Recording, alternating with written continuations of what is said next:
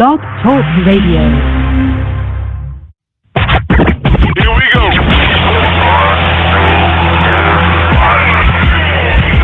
Blast off. This is True Capitalist Radio. True Capitalist Radio. I am your host, the man they call Ghost.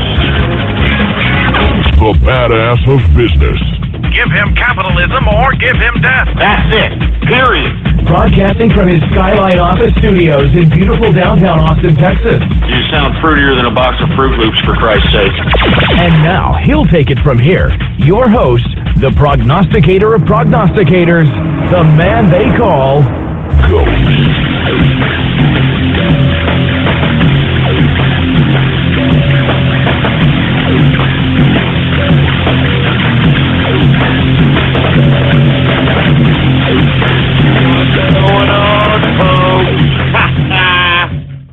How's it going? And thank you for tuning in with me to another edition of the True Capitalist Radio broadcast. And of course, I am your host, the man they call Ghost. And once again, folks, I want to thank you very much for tuning in with me. This is episode number 481.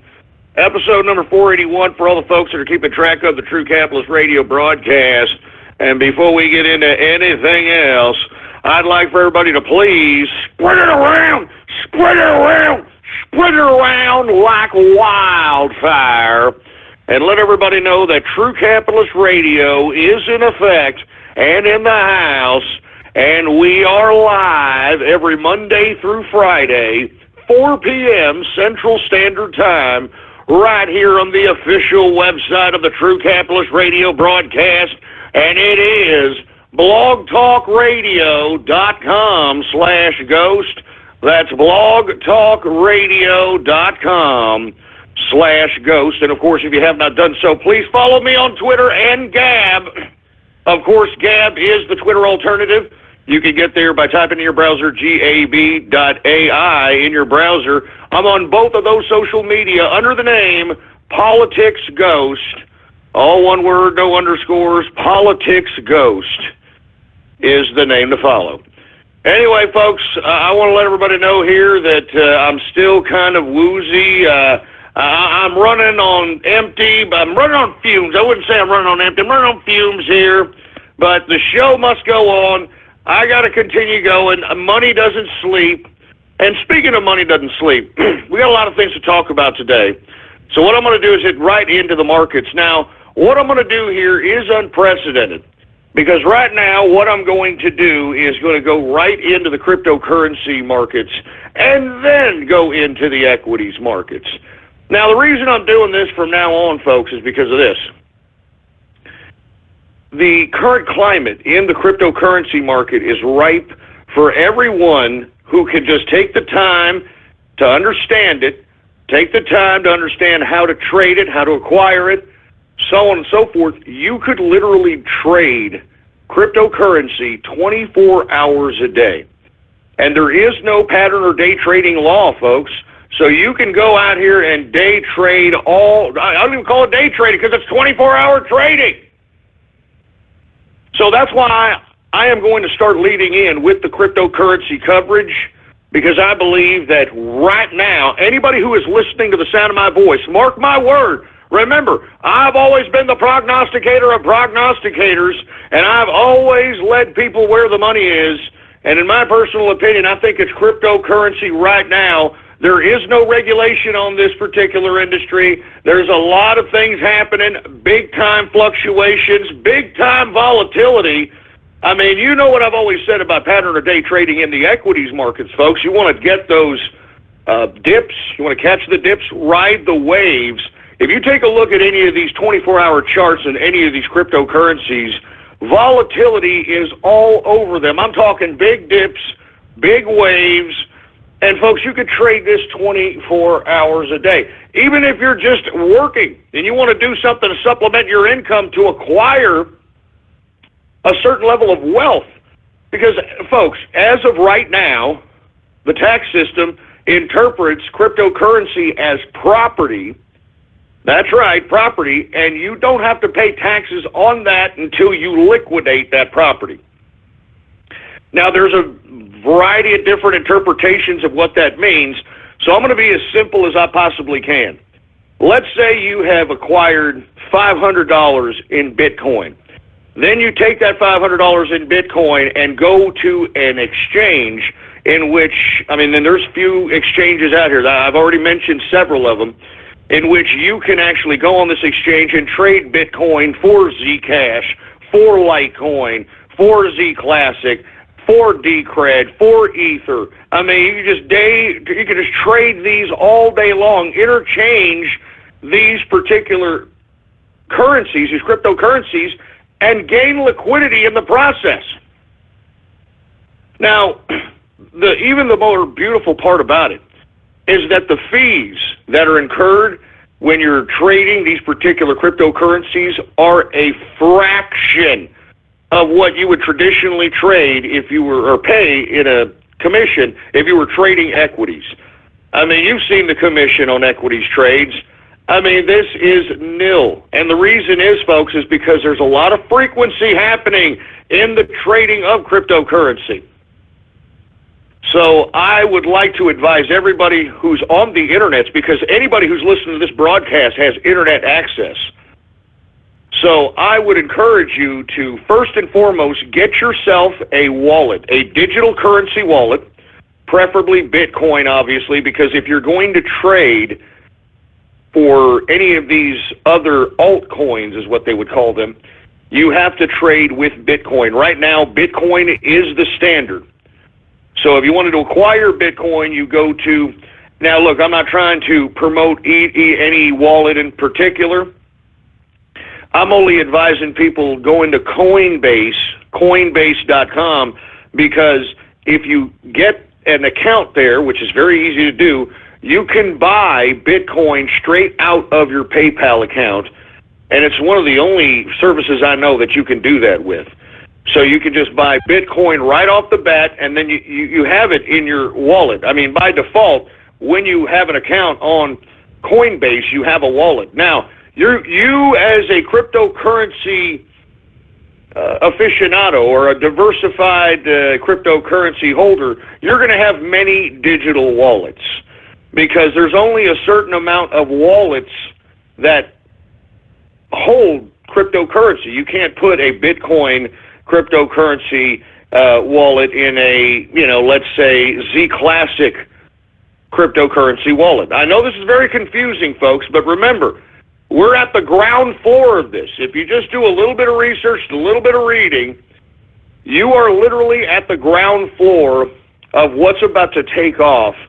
And the reason is, folks, is because these algorithmic patterns, these pre-programmed algorithms that create cryptocurrency is more stable than these money managers or people in charge of monetary policy, aka central banks, because the algorithm is not going to just decide it's going to continuously print out money. You know what I'm saying?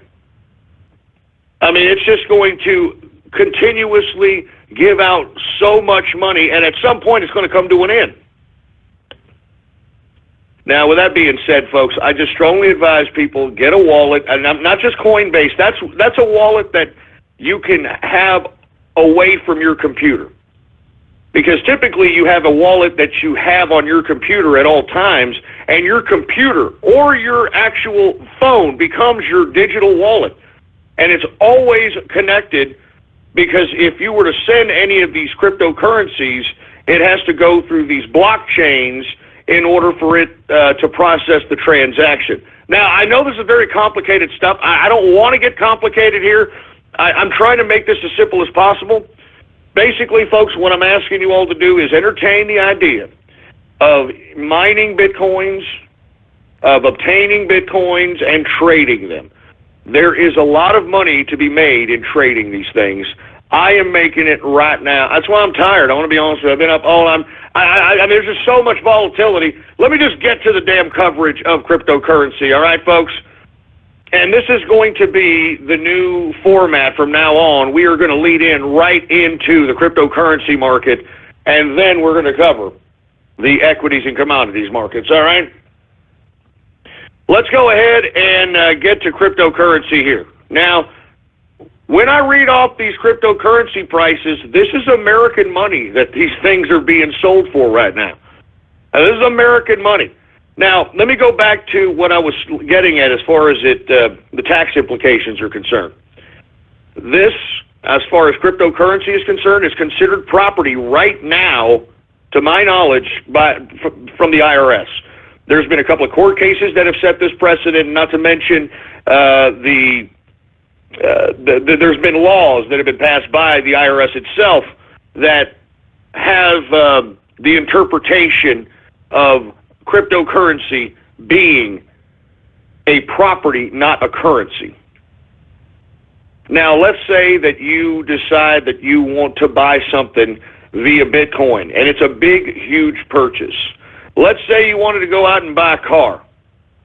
Well, a car all of a sudden becomes one of three different taxes. And you see, this is where taxes get very confusing, and I'm not a tax expert. I am just saying this for educational and maybe entertainment purposes or whatever. I am just trying to plant seeds out here. But let's say you traded your Bitcoin for a car. Well, all of a sudden, that car becomes either one of three different taxes. It's either a fringe benefit, it's either a gift, or it's a capital gain. And that is when you, as a capitalist, have to figure out what exactly that particular Bitcoin purchase is. And that's you see, that's where it gets complicated a little bit.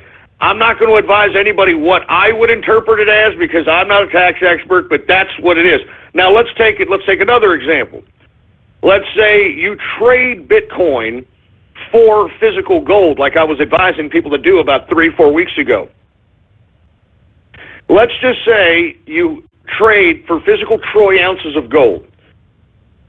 Well, the gold isn't taxable until you liquidate the gold, meaning you go out and you physically sell the gold itself. Now, let's say you use that gold to trade up for something else. That is when the gold acts as a medium of exchange. And let's say the gold buys you something that's even more valuable than the gold itself. That can be interpreted as those three different taxes once again. So I'm just saying that, you want to be able to interpret what the tax implications are because look, there's a lot of money to be made. I mean, I'm going to be honest with you folks. I think that you can take $500 and you can just trade. I mean, it's 24 hours a day, baby. It's a 24-hour day market. You keep up with the market. Within about a couple of months, I think you could turn that $500 into like $15,000. I think even more, in my view. I'm not even going to brag about what I'm making because I can't believe it myself, but it's in cryptocurrency. So what I'm doing, I'm not going to cash it out. So if by some chance here in the next year or something, I become a multimillionaire, it'll be in cryptocurrency, and then it's up to me how I'm going to be able to cash that out. How do I cash that out? I mean, do I buy a business? Because if you buy a business, that's a completely different other type of tax implication. Do I unload it in another country? Meaning I cash it out in another country and create a business within that country that has very, very low tax rates. Do I, just roll it over into gold or silver? There's a variety of things that, you can do when you acquire and become a multi-millionaire in the cryptocurrency market. So I'm telling you this right now, man. I am encouraging folks, learn about this. Try to, look, I don't care how you're into this. All right? If you're a business, start accepting cryptocurrency, okay? If you're somebody that just doesn't understand it, just get a wallet first. Get a wallet and then make your first transaction via cryptocurrency, and then you'll start getting it. All right? For you folks that want to mine Bitcoin or want to mine other cryptocurrencies, you're ahead of the game, folks, if you're a gamer and you have a high-end graphics card, because that is the best piece of hardware to mine any kind of cryptocurrency. And when mining, and I know all this is a very lot of complicated jargon for people that are just tuning in, mining is the concept in which, and I've said this before, and I'm going to say it again, I may say it 1,000 times because I want as many people as possible involved in the cryptocurrency movement here. What it is you download some software, and that software, you connect from that software into what they call a mining pool. And in that mining pool, what your computer acts as, it acts as a computing device that helps process all the different transactions that are happening on a decentralized basis to whatever cryptocurrency you are mining. So let me try to break this down for people that are getting more confused. Let's say in the traditional banking sense, let's say that I go to an ATM and I get, $100 from whatever ATM. I mean, that's the funny part about it. I can go to the corner store ATM. I can go to the ATM in Los Angeles. Whatever, my financial institution will get money out of that machine and give it to me. And the reason it can is because these financial institutions have all these computers and all these servers all over the world. And this is millions and probably billions of dollars of sophisticated networking equipment. Now, what you or people that mine cryptocurrency act as, they act as those computers that traditional banking and financial institutions have. They act as those big devices in a collective capacity. And to reward all those that are not only acting as a networking piece in this collective decentralized cryptocurrency and all the transactions, the algorithm rewards folks. The algorithm rewards folks for actually being on the system mining cryptocurrency by giving cryptocurrency to the miner itself. So I know that's a very complicated process, but if you can understand it in a very simple sense, that you got a computer and you got a high-end graphics card, well, you download a software, you find a mining pool server, you load up the software with the mining pool server in it, and then the computer does the rest. And all you've got to do is sit back and watch cryptocurrency being put into your wallet as your computer acts as a mining device for whatever cryptocurrency you're mining.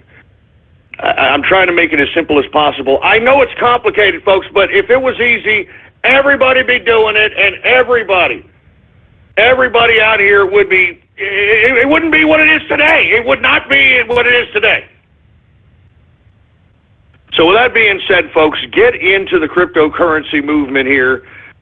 In my personal view, I don't want a cashless society, but you take a look at Venezuela, you take a look at Taiwan, you take a look at India, the EU is talking about banning cash. It seems as if it's going to be some movement to some capacity. Now, the bad part about it is that if they're going to outlaw cash, then we're all dealing with digits anyway. We're all dealing with computerized digits. I mean, that's what it is. If we were to outlaw cash, I mean, the financial institutions would have the monopoly over those digits. I know it sounds silly, folks, but this is where we're headed. And that's why if we all, as a collective world community, acknowledge a decentralized form of currency that is not regulated by any central banking system, and we all accept it, we can beat the banksters. Do you understand? We can beat those that are trying to monopolize finance. We could beat those folks.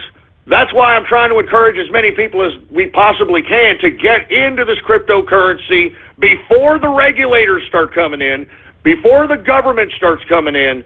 This is your time to make some serious money.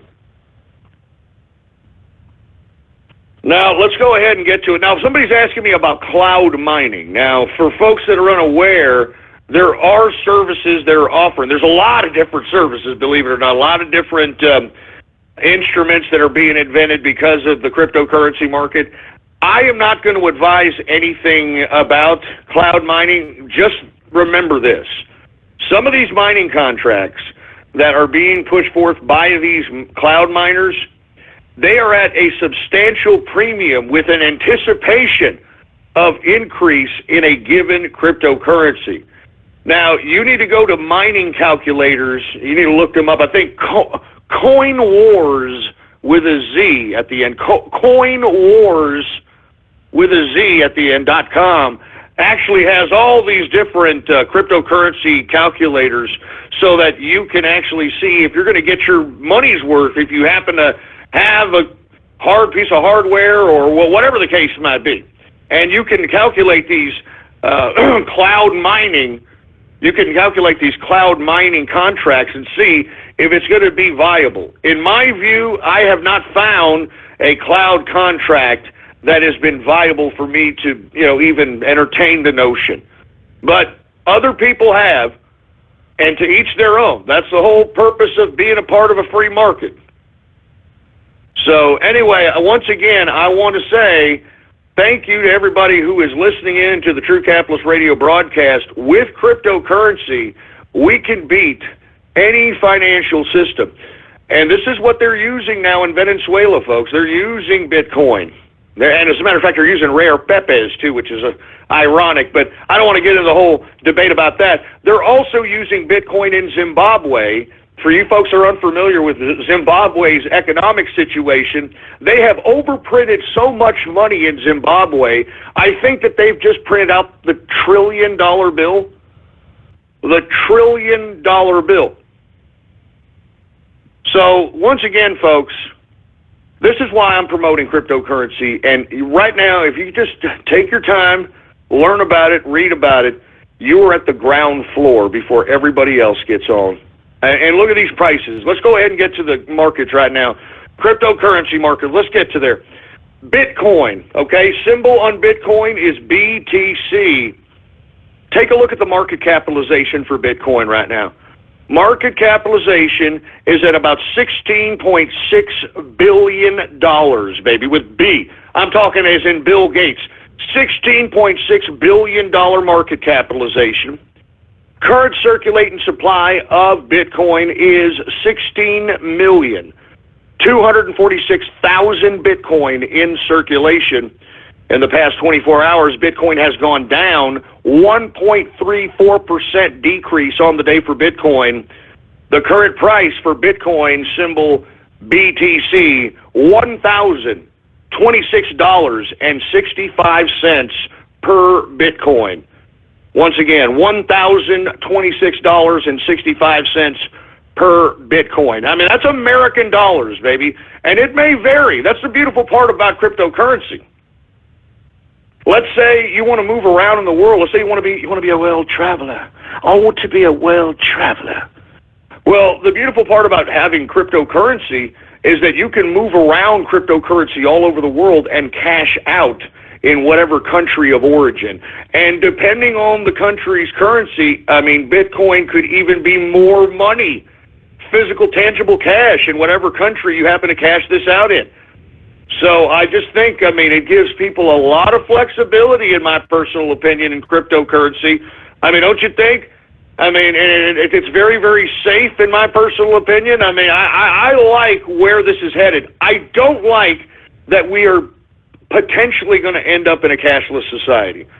And it's a trend that all the policymakers, no matter what country, want to just shove down our throats. So you might as well prepare ahead of time, and that's what all good capitalists should do. Prepare ahead. Let's go ahead and get to Ethereum, folks. All right, Ethereum, or Ethereum, I don't know, whatever they want to call it. I call it Ethereum. The symbol on it is ETH. ETH. The current market capitalization for Ethereum is $4.7 billion.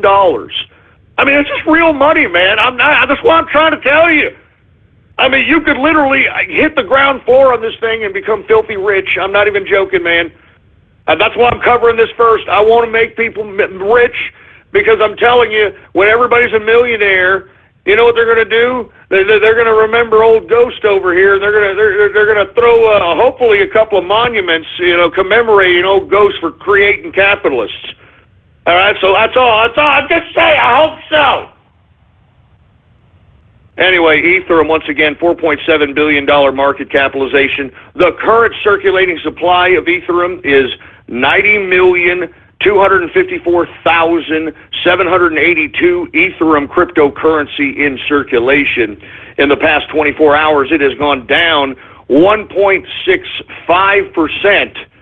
1.65% decrease. The current price of Ethereum, once again, ETH is the symbol, current price, $52.51 per Ethereum cryptocurrency. Let's go ahead and get to Dash Coin, shall we? Dash Coin, symbol DASH.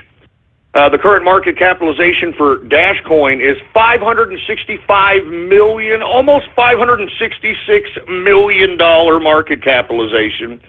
The current circulating supply for Dash Coin is 7,196,192 Dash Coin in circulation. It has gone down in the past 24 hours 7.58%.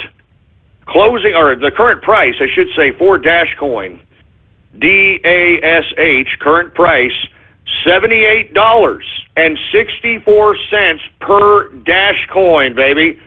Now, this is real money. This is serious money here. I'm just saying. Now, let's take a look at Litecoin, folks. I know that Litecoin has been a little light, to say the least. You know what I'm saying? But Litecoin is also, it's just taken a humongous increase up. And let me tell you something, folks. I've actually was trading Litecoin today and making some serious money off this. Let's go ahead and get to Litecoin. Symbol LTC. LTC is the symbol. The current market capitalization for Litecoin is $327,817,503 market capitalization. So we can go ahead and round it up to $328 million market cap. What's the current circulating supply? Current circulating supply is 50,415,157 Litecoin in circulation. Folks, within the past 24 hours, it has gone up 55.21%. 55.21%. I mean, good God, that's what I'm telling you, man. You could trade this crap all night and make serious money, man. I'm just trying to plant seeds. I'm just trying to plant the capitalist seeds here. I'm sorry. Anyway, let's continue going here. Oh, yeah, that's right. Current price of Litecoin is $6.50 per Litecoin. And look, I'm going to tell you, that was a low price. So just imagine getting a low price and having it go up 55%. Baby, that's serious money. And then what you do, once you realize that, hey, I think Litecoin's tapped out, you go and you trade back to Ethereum. You trade back to Bitcoin. You trade back to whatever. That's the beauty of it, man. I mean, you can do this 24 hours a day. There is no pattern or day trading law against this stuff. I'm just trying to plant seeds. That's all I'm trying to do. Anyway, let's go ahead and get to the Monero, symbol XMR. XMR, the current market capitalization for the Monero is $292 million market capitalization. The current circulating supply of Monero is 14,207,777 Monero in circulation. In the past 24 hours, it has gone up modestly 0.12%. The current price to Monero, the symbol XMR, current price $20.56 per Monero. Let's go ahead and get to Ethereum Classic. Ethereum Classic, symbol ETC. Current market capitalization for Ethereum Classic is $220 million market capitalization. The current circulating supply is 90,212,335 Ethereum Classic in circulation. In the past 24 hours, it has gone up 3.04% increase. The current price to Ethereum Classic, symbol ETC, current price $2.44 per Ethereum Classic cryptocurrency. Let's go ahead and get to Zcash. I'm actually mining Zcash. I'm going to be honest with you. Zcash right now, the current, the symbol on Zcash is ZEC. ZEC. The current market capitalization for Zcash is $65 million. $65 million. The current circulating supply is 979,031. Zcash cryptocurrency in circulation. I mean, it's under 1 million. That's why I like it. In the past 24 hours, it has gone up 4.76% increase. The current price for Zcash, the symbol ZEC, current price $66.49 per Zcash cryptocurrency. Let's continue going. We got Decred, symbol DCR, Decred. The current market capitalization for Decred is $48 million. The current circulating supply is 4,141,392 Decred in circulation. In the past 24 hours, it has gone down 5.34%. The current price for Decred, symbol DCR, current price $11.60 per Decred. Now, somebody has been telling me to cover Dogecoin for some reason, and I don't know why, because it's like a fraction of a penny. But from what I understand, people on Twitter are saying that it's very easy to mine, and just looking at the circulating supply, I can see, and supposedly you can help convert Dogecoin into some of these lower-end, up-and-coming cryptocurrencies, and then trade up. You see, that's another strategy also, folks. If you happen to mine some of these coins, let's say you mine some of these coins, and then you want to trade up, then trade upward. You know, trade up in coinage. I mean, that's the whole strategy around what I'm trying to convey on this broadcast. Now, Dogecoin, folks, I don't know why, but I'm going to go ahead and do it. Dogecoin, symbol DOGE. The current market capitalization for Dogecoin is $32 million, almost $33 million market capitalization. Now get this. The current circulating supply of Dogecoin is 108,755,928,597 Dogecoin in circulation. I mean, give me a break. In the past 24 hours, it has gone up 10.11%. The current price to Dogecoin is $0.000303. The current price. All right, now for all you Dogecoiners out there you go. All right, let's go ahead and get to BitConnect. BitConnect, folks. The symbol on BitConnect is BCC. The current market capitalization for BitConnect is $19 million market capitalization. The current circulating supply is 5,784,169 BitConnect cryptocurrency in circulation. In the past 24 hours, it has gone down 1.36% decrease for BitConnect. The current price for BitConnect, symbol BCC, current price $3.34 per BitConnect cryptocurrency. Let's go to Bitcoin Dark, folks. Bitcoin Dark has been seeing some major waves in the past 24 hours.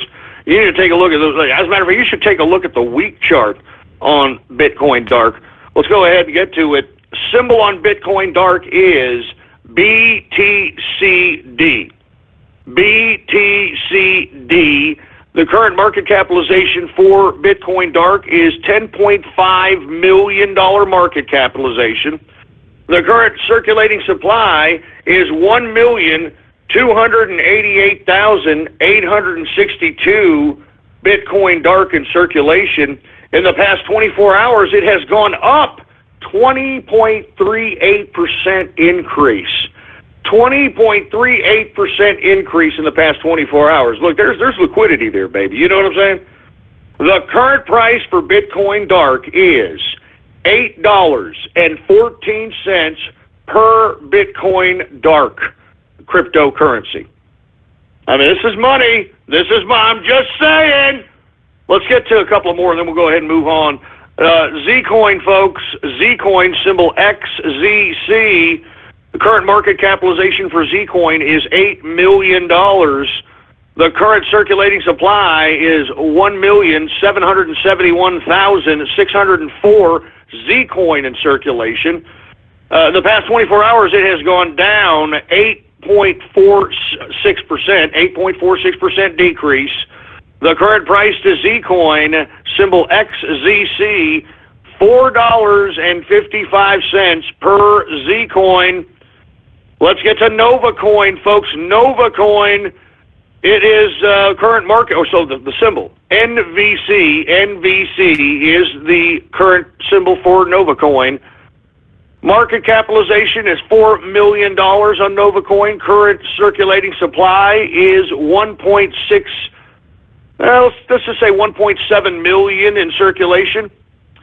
In the past 24 hours, NovaCoin has gone up 4.35%.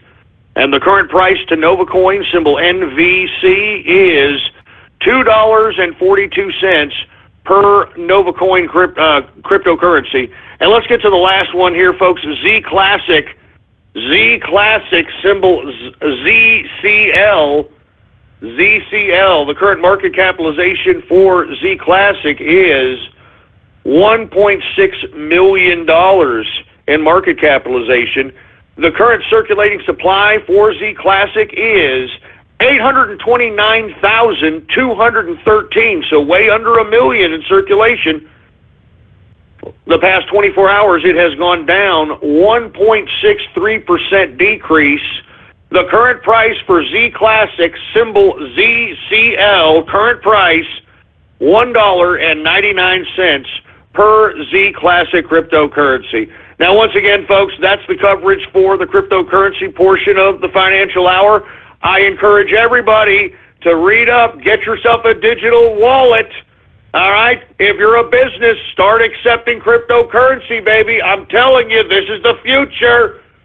All right? I mean, we can beat the banksters here, and we can have our own independent capitalism outside these money idiots trying to destabilize the goddamn economy by printing and overprinting money.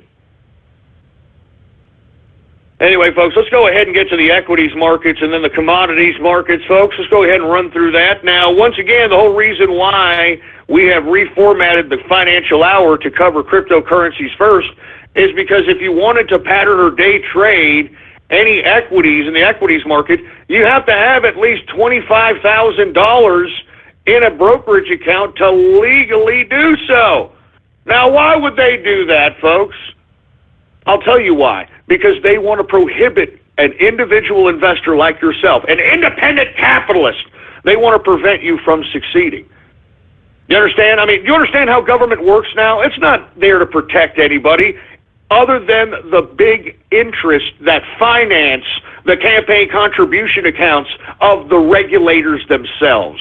You get it? Anytime there's regulation, it is nothing more than a protection of some big guy somewhere. Anyway, let's go ahead and get to it, all right? Let's get to the Dow Jones Industrial. Now, folks, we saw the dollar slip today, the U.S. dollar. So it's very interesting that I'm seeing correlations with certain cryptocurrencies and certain cryptocurrencies rising and the fall of the U.S. dollar. So that's a very interesting thing. But, of course, in traditional finance, if you see a decrease in the dollar, you should see an increase in equities and possibly an increase in commodities. Let's see if that financial fundamentals is reflected today. Dow Jones Industrial up, okay? And the reason it's up, the falling dollar. Falling dollar. Dow Jones Industrial is up 69.17 points, a percentage increase of 0.33%, closing out the Dow at 20,728.49 points for the Dow Jones Industrial. Let's get to the S&P. S&P 500 is up modestly, but still up 6.93 points, a percentage increase of 0.29%, closing out the S&P at 2,368.06 points for the S&P 500. Let's go ahead and get to the NASDAQ. The NASDAQ is also up today, folks, 0.28%. Actually, it's up 16.80 points, up to 0.28%, closing out the NASDAQ at 5,914.34 points for the NASDAQ composite. Now, let's continue going. Let's get through the commodities here. We did see that the fall of the dollar today was reflected in a little bit of a modest increase in the equities market.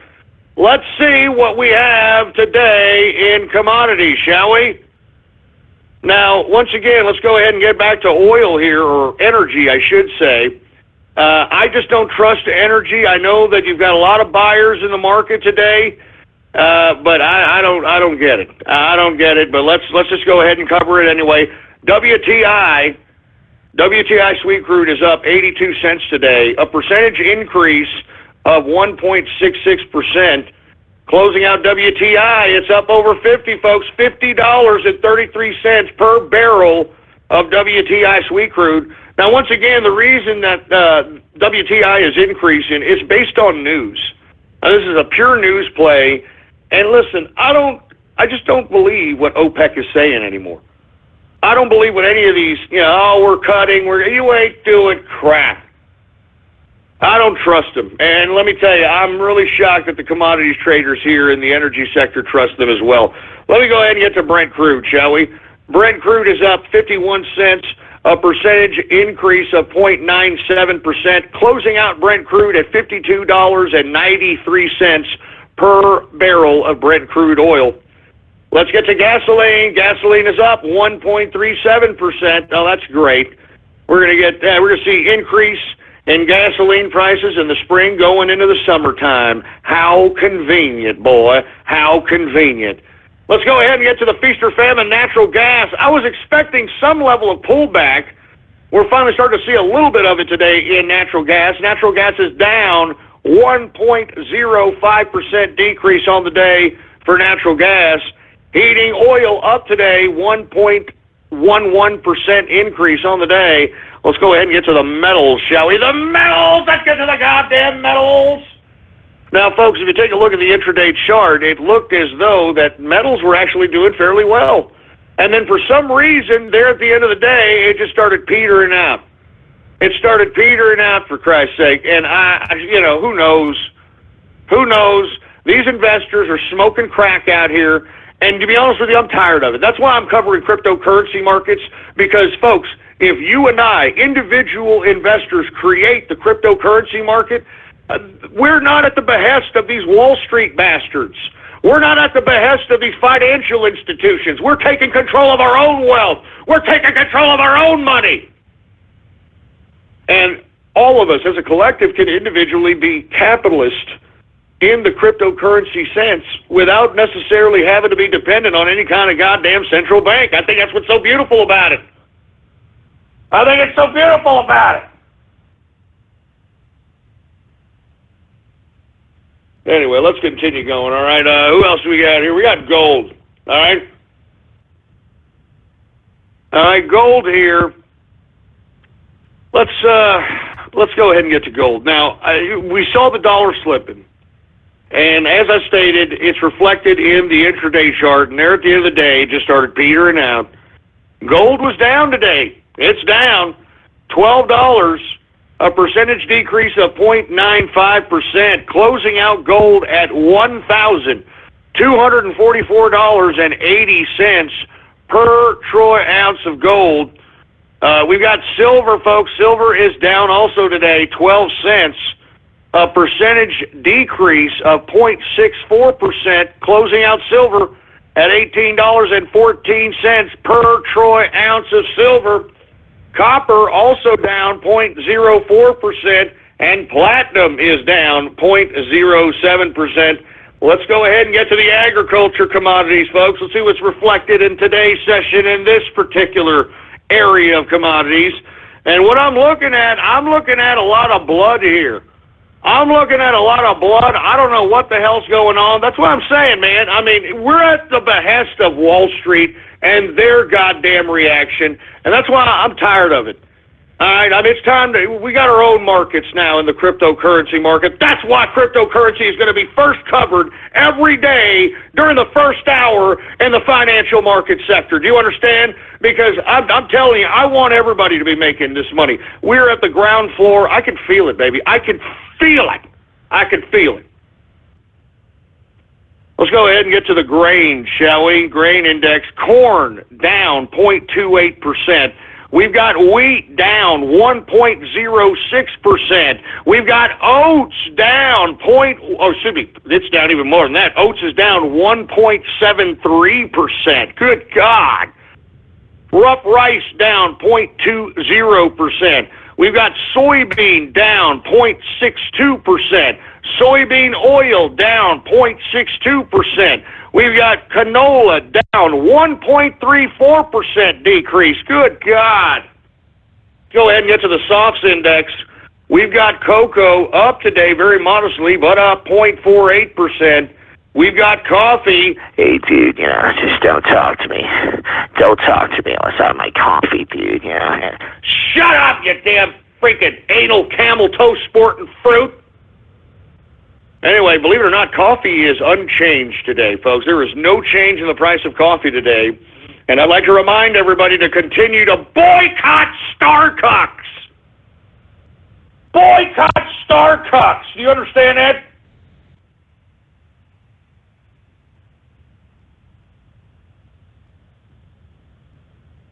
That's why I'm saying, folks, boycott Starbucks. Because it's effective.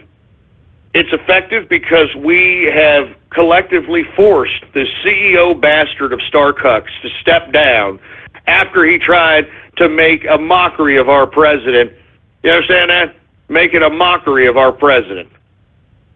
And well, how did he do so? He did so by saying, "Yeah, we're gonna hire 10,000 illegal immigrants just to defy Donald Trump. Yeah, that's who we are. We're Starbucks."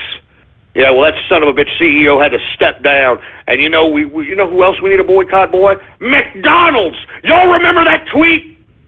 Y'all remember that anti-American tweet against our president? Boycott McDonald's. If I see Ronald McDonald, I'm kicking him in the balls.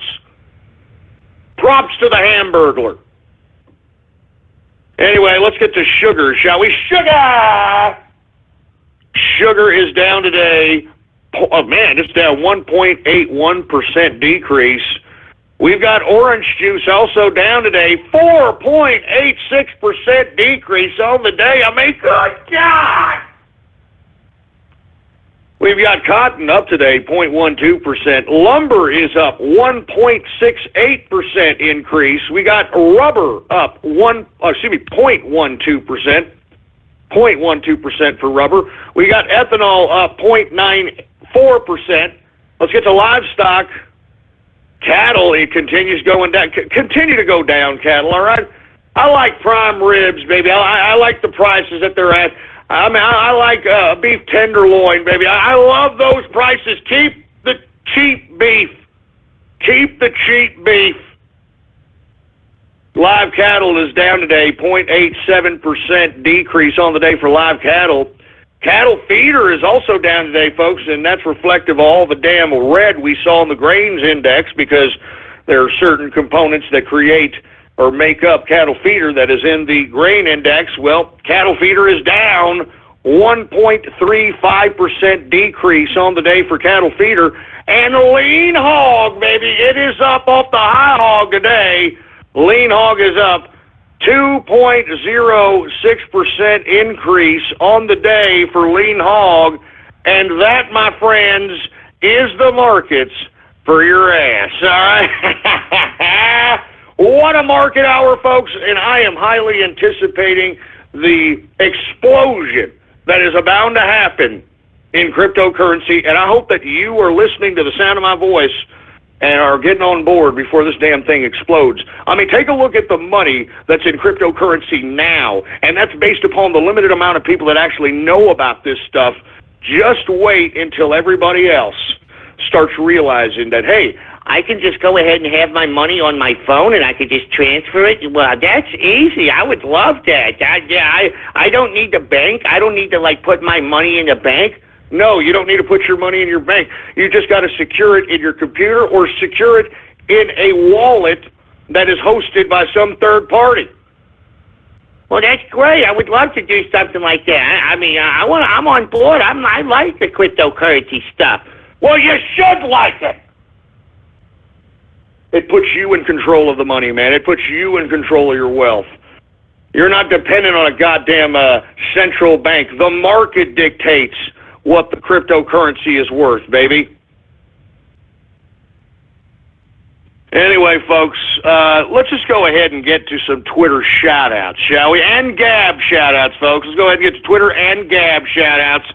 And for you folks that would like a Twitter shout-out right now, all you have to do is retweet the first tweet on my Twitter account, and the tweet to retweet is True Capitalist Radio Live. True Capitalist Radio Live. If you retweet that tweet, I will give you a Twitter shout-out live right here on the broadcast, here and now. Hey, Engineer, we got any Twitter shout-outs to be had out here? All right, well, let's go ahead and get to some Twitter shout-outs right now. We got Sergeant Yoda in the house. We got Sneak Man in the place, Dorito Burrito, Lego Fan, a Drunk Wolf in the house, Attention Wealth. What's going on to Attention Wealth? We got Zygarde Rumble. We've got Juju It. Just shut up about the Jew jokes, you anti-Semitic bastards, all right? We've got Supa in the place. What's going on with Supa? Crusades for Arabia in the house. We got Shiny Pori. We got Vivian HD. We've got Distilling Huff and Paint. Nah, man, don't be huff and paint, man. Don't do it, man. It kills your brain cells, boy. It kills your damn brain cells. Don't do it, boy. Jesus Christ. Who else do we have here? We've got the 727 caller. Yeah, I think he wants off the short bus. We may have to talk about it, but hey, we'll talk about it. What's going on to him? We got Dr. Bristle. We've got Sobriety Ruin TCR. Look, man, can you please stop with the whole sobriety jokes and all that other nonsense, man? I'm serious, man. Just stop it. Please just stop. I don't need you people to be tempting me, I don't need this. I really don't need this.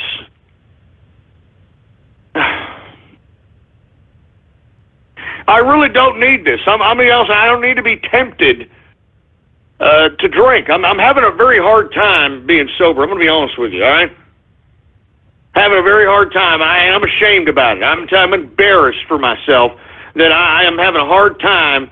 And it's getting to me. I'm sweating. I'm edgy. I'm angry. Just shut up, all right? We got Chris Hyde in the house. We got Mad Max for Canada. We got I'm not gonna say that name. Just shut up with you sick, twisted bastards and these freaking troll names, man. Who else we got here? Once again, retweet the first tweet on my Twitter account, and I will give you a Twitter shout-out live right here on the broadcast. We've got Sinwagon. I don't know what the hell that's supposed to mean, man, but I'm sure you're trying to get me to drink, and I don't appreciate it, all right? I really don't appreciate it one bit. We got Trump and Capitalist in the house. We got the retard bus, I'm sure. Harpies for ghosts. Look, listen, man. Listen, last night, or not this last night, but the night before last, there was an unbelievable storm that once again came into San Hambonio. Hail, high winds, tornadic-like activity in some parts, for Christ's sake. I'm tired of this being the norm. I have never seen this amount of habitual, just drastic, violent weather. I haven't seen it on a habitual basis like this. All right? And I think that HAARP, and for you folks that are unaware, there is a weather experimental type of, look, I don't want to get into it. Just look up HAARP, all right, where they can create thunderstorms, they can create high wind, they can create all kinds of crap. I think that they're sending all kinds of violent activity of storms and tornadoes and hail. They're trying to direct it at me because they're trying to give me the harpies. They're trying to give me the damn harpies, for Christ's sake. Screw you, HAARP. Son of a bitch. Oh, yeah, True Thirst Radio. Thank you very much. Shut up. TCR Arab Oil. Shut up, man. Jesus Christ, man. Texas Martyrs in Hell, LOL. Oh, you son of a bitch.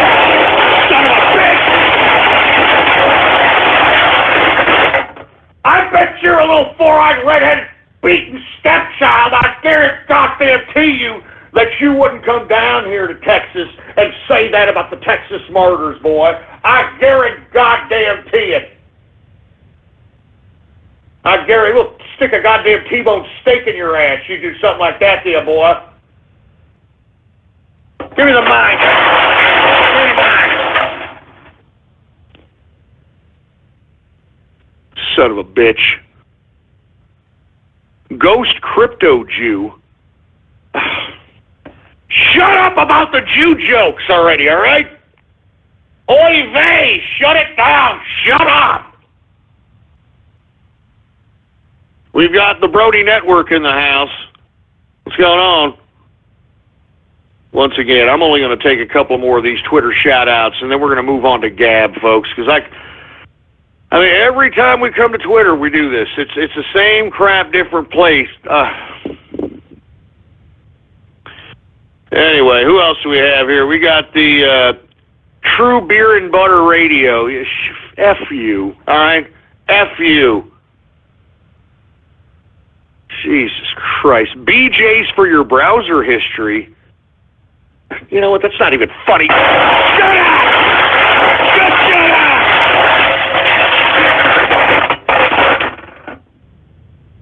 Yeah, I'm pretty sure if we saw in your browser history, it'd be pretty interesting stuff there too, there, boy. I don't want to talk about that crap. You understand? We already talked about it on a show back time before. I don't want to talk about it now. I don't want to talk about it now. Give me the mic. Give me the mic. Jesus Christ. Big sty, man. Look at this. There's crap all over here, man. Get crap out of here. You know, back in Austin, I used to have a little Mexican lady, an old Mexican lady come in and clean the office and all that. I miss that old Mexican lady. You know, she'd come in. Yeah, Mr. Ghost, I will clean your office. Don't worry about my little mijo. He's just going to sit here and eat his taco, and I will clean your office, Mr. Ghost. Now I'm in San Hambonio, and it's like I wouldn't let. I mean, look. If you're from San Hambonio, I'm sorry, but let's be honest. I mean, it's kind of backwards out here, all right? I mean, I'm literally, if I go to a corner store or if I go to a fast food joint, which is rare, if I do go, it's Whataburger. I love Whataburger. Oh, Whataburger's the best! But even then, man, they've got tattoos on their goddamn face. I mean, I have never seen a more populated group of people in a centralized area with tattoos on their face than in San Antonio. I'm not even joking around. I mean, folks, they've got like the city, like the silhouette of the city tattooed like under their eyeballs. Yeah, look, I've given up trying to figure stuff out like that. I don't know. Let's just move on. All right, what's going on with a smiler? All right, how you doing? Liver Surgostis. That's not funny, asshole, all right? My health's in jeopardy. That's why I'm trying to stop drinking. Stop making fun of it.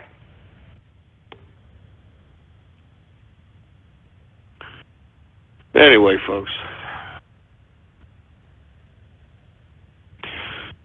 We are now in the second hour of the True Capitalist Radio broadcast. And, of course, I am your host, the man they call Ghost. And once again, folks, I want to thank you very much for tuning in with me. Before we get started on anything else, I'd like for everybody to please spread it around, spread it around, spread it around like wildfire, and let everybody know that True Capitalist Radio is in effect and in the house. And we are live every Monday through Friday, 4 p.m. Central Standard Time, right here on the official website of the True Capitalist Radio broadcast, and it is blogtalkradio.com/ghost. That's blogtalkradio.com/ghost. Anyway, folks, let me continue on with these Twitter shout-outs. I'm only going to take a couple more of these, and then we're going to move on to Gab, folks, all right? We got the Green Leader in the house. Ghost drinks light beer. Are you kidding me? I don't drink light beer piss. Are you joking? Why even drink beer if you're going to drink light beer? I mean, it's like Biff, man. You know, remember that say, I got your car towed all the way to your house for you, and all you got for me is light beer? Yeah, no kidding. Light beer? I'm tired. I'm so tired, man. Alcohol 1, Ghost Health 0. You know what? F you.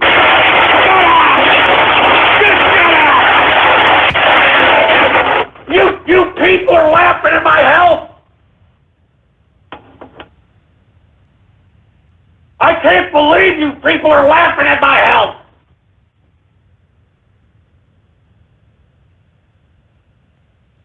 I mean, what kind of fan base do I have that want to see me hurt, that want to see me dead? I mean, can somebody explain this rationale to me? I'm tired. I'm tired of trying to figure stuff out like this. I really am. Give me the damn mic. I can't believe you people, just trying to... Oh, man, I'm not going to... just shut up, all of you. Just shut your stupid, stinking, fat, smelly holes and just shut up! Yeah, Whataburger Queen. Oh, that's funny. That's fresh. Shut up, man!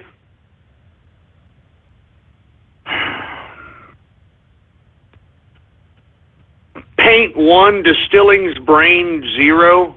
You know what? I'm done with Twitter shout-out. Let's go to Gab. All right, let's go to Gab. I'm not putting up with this crap anymore. All right, if you want a Gab shout-out, all you got to do is repost or like the first post on my Gab account, and of course, the Gab post to repost or like is True Capitalist Radio Now Live. True Capitalist Radio Now Live. We got Short Bus Demolition Derby. We've got Australia first, Texas next. Yeah, shut up. Don't even. Not with natural disasters, boy. Shut up. Just shut your stupid face. Ghost Crypto Crony Circle.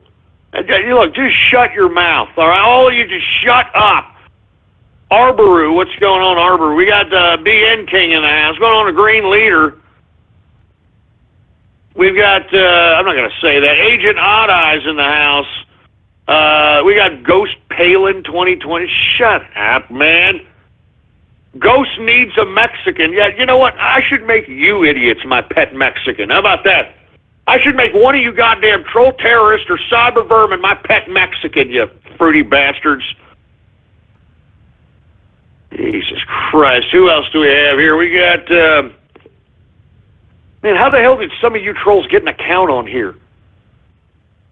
You got Commando Nando in the place. What's going on to Commando Nando? Swiss Alpine Capitalist. Who else do we have? We got a beer a day keeps the rice patties away. You son of a...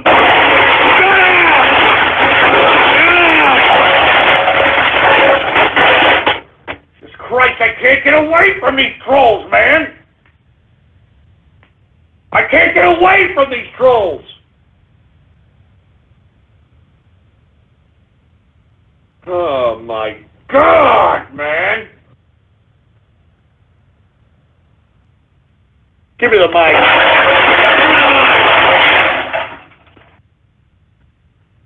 That Whataburger coin. Oh, that's fresh. That's just so funny. Day trade ghost's wife. You son of a... That's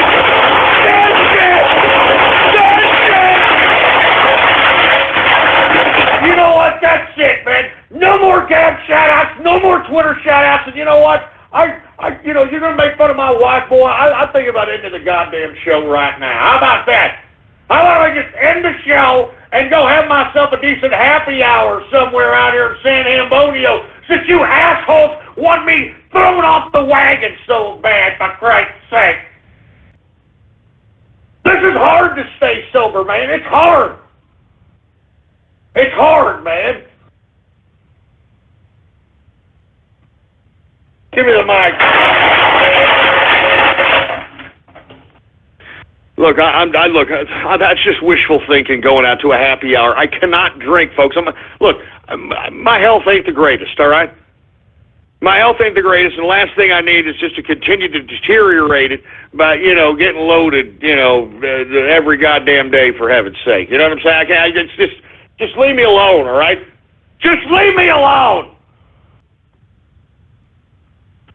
All right, let me calm down here, folks. I'm sorry. Let's get to the news. We've got a lot of things to talk about today. I don't need to be deviated by a bunch of goddamn internet troll terrorists and cyber vermin. And let me tell you something. You troll terrorists and cyber vermin, you keep this up. All right, look at it. Donald Trump's about to pass a bill, the Kurt Eckenwald thing. You keep this up. I got 2 words for you, boy. 2 words for you. Punitive damages.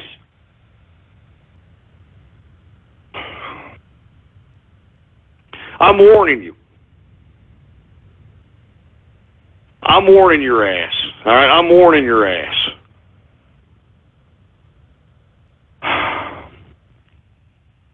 Anyway, let me continue going here. We're going away from the financial hour at Twitter and Gab Shout Outs. Let's go ahead and talk a little bit about what's happening here in today's world, shall we? The President of the United States, folks, calls out the Freedom Caucus and threatens them in 2018 elections. Now, this is a very interesting strategy being implemented by the President, because I'm going to be honest with you. Some of the people that are on the Freedom Caucus, I think they're there for a genuine purpose and a genuine cause. But I want to be honest, folks, if you take a look at where the money's coming from and some of these bureaucrats that are in the Freedom Caucus, they go back to the Koch brothers. They go back to, these financial interests that have been tied to the Never Trump campaign, that whole Never Trump movement. And you see, I understand why we have our president calling out the Freedom Caucus and threatening them with a 2018 potential election threat. And I'm assuming that Trump is threatening the Freedom Caucus by saying, with that, it was a tweet that he actually said that in, he obviously is saying that he's not going to campaign for them and could potentially campaign for another competitor that is within their district that is running for the Republican ticket. Now, once again, I genuinely believe that many that were in the Freedom Caucus were right. Were absolutely right when they were trying to oppose, and were successful in opposing this Ryan Care bill. Because let's be honest, folks, I am tired of the health insurance industry having a monopoly on our health. And you see, this is one issue that the Republicans are not going to touch, because take a look at who funds their campaign contributions. I mean, you know, folks, that's what it all comes down to. And the only way that we're going to be able to combat the big money interests is if we continue to be political. And we can't let up. We have to continue to hold these politicians' feet to the fire. Because what we need to do is be a threat to their sustainability as a bureaucrat. Because if they actually feel that there's a grassroots effort to try to remove them from office, they will crack. They will crack.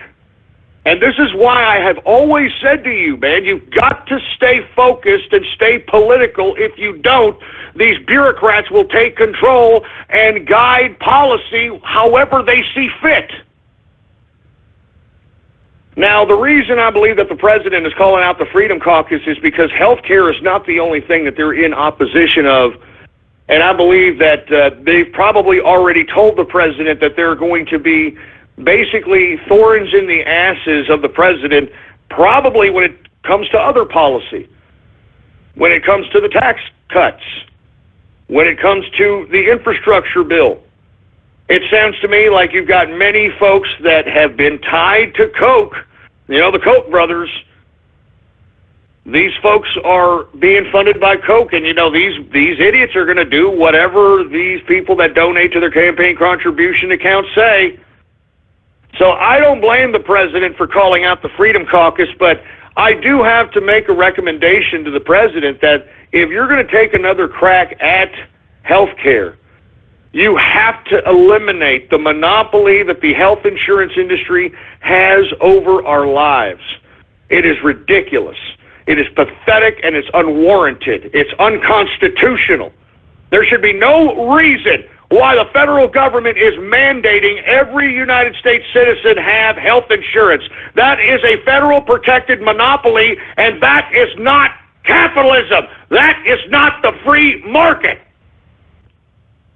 And that's the biggest criticism that many within the Freedom Caucus had against Ryan Care. Ryan Care was nothing more than a 66-page revision of the 4,000-page Affordable Care Act, a.k.a. Obamacare. Nothing more than a 66-page revision.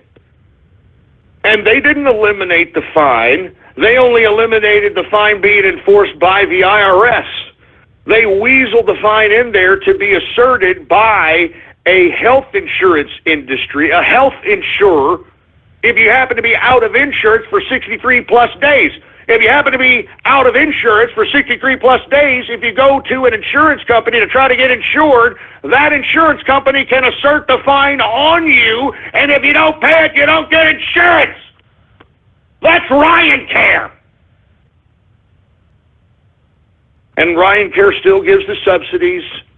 Ryan Care still gives health care to immigrants. And this is this is not what people signed up for when they talked about repealing and repairing. I don't even want to repair. I want the elimination of Obamacare. I don't want a federal protected monopoly on our health. And that's what the health insurance is, folks. It is a federal protected monopoly, and that we should not even be considering. We shouldn't even be championing this crap. I mean, they have goofed the entire population of America in correlating health care with health insurance. That's just a complete psyop, man. Do you understand? Health care should have nothing to do with health insurance, especially on the patient side. The only people that should be paying health insurance is the practitioner, just in case there's some kind of malpractice situation. But no, the health insurance industry bought off our government and forced our government to force us to buy health insurance, and if we don't, we're punished for it. That, folks, that's a monopoly. That's mafia kind of crap. That's what the mafia does. That's a mafia kickback, if I've ever heard one in my life. And not to mention, it's over our health. So that's why I'm going to, once again, tell the president, from my view, if you're going to take another crack at health care, you have to relinquish the power that the health insurance industry has over our health. You need to bring back the interpersonal relationship between a patient and their doctor. And you see, we've lost that. We've lost that because, folks, there's no interpersonal relationship with your physician any longer, because now your physician listens to the health insurance company to get paid. It doesn't listen to the actual patient. And that's why, in my view, we are seeing so much overdiagnoses of cancers, of all kinds of ailments that require chemotherapy. I mean, take a look at the prices of chemotherapy and radiation. Take a look at the prices of cancer treatments, folks. These doctors are playing God with your health just so that they can get money from the health insurance industry. They have no vested interest in saving your health. That's why America is getting sicker. That's why we should not have any health insurance over our lives whatsoever. No health insurance over our lives.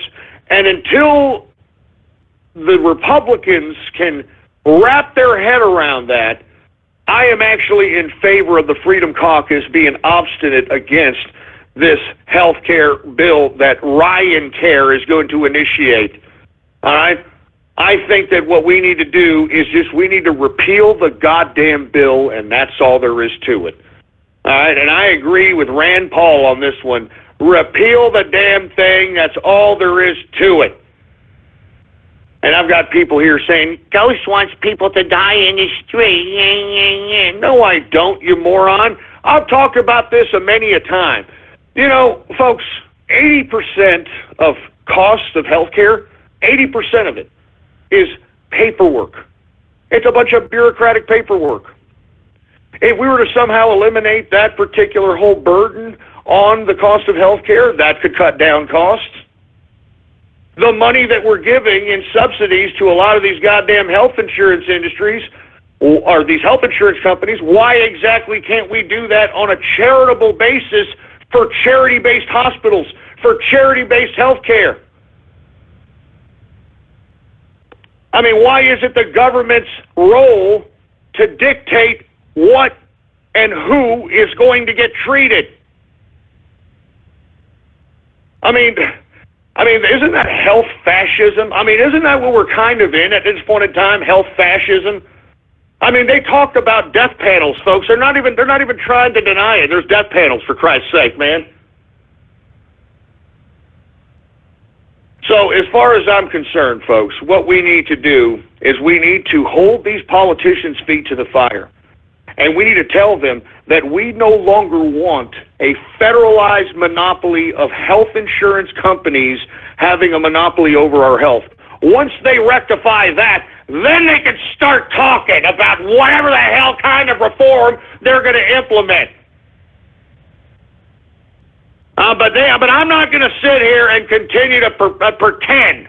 I'm not going to sit here and continue to pretend that, oh, well, this is the only other alternative is Ryan Care. No.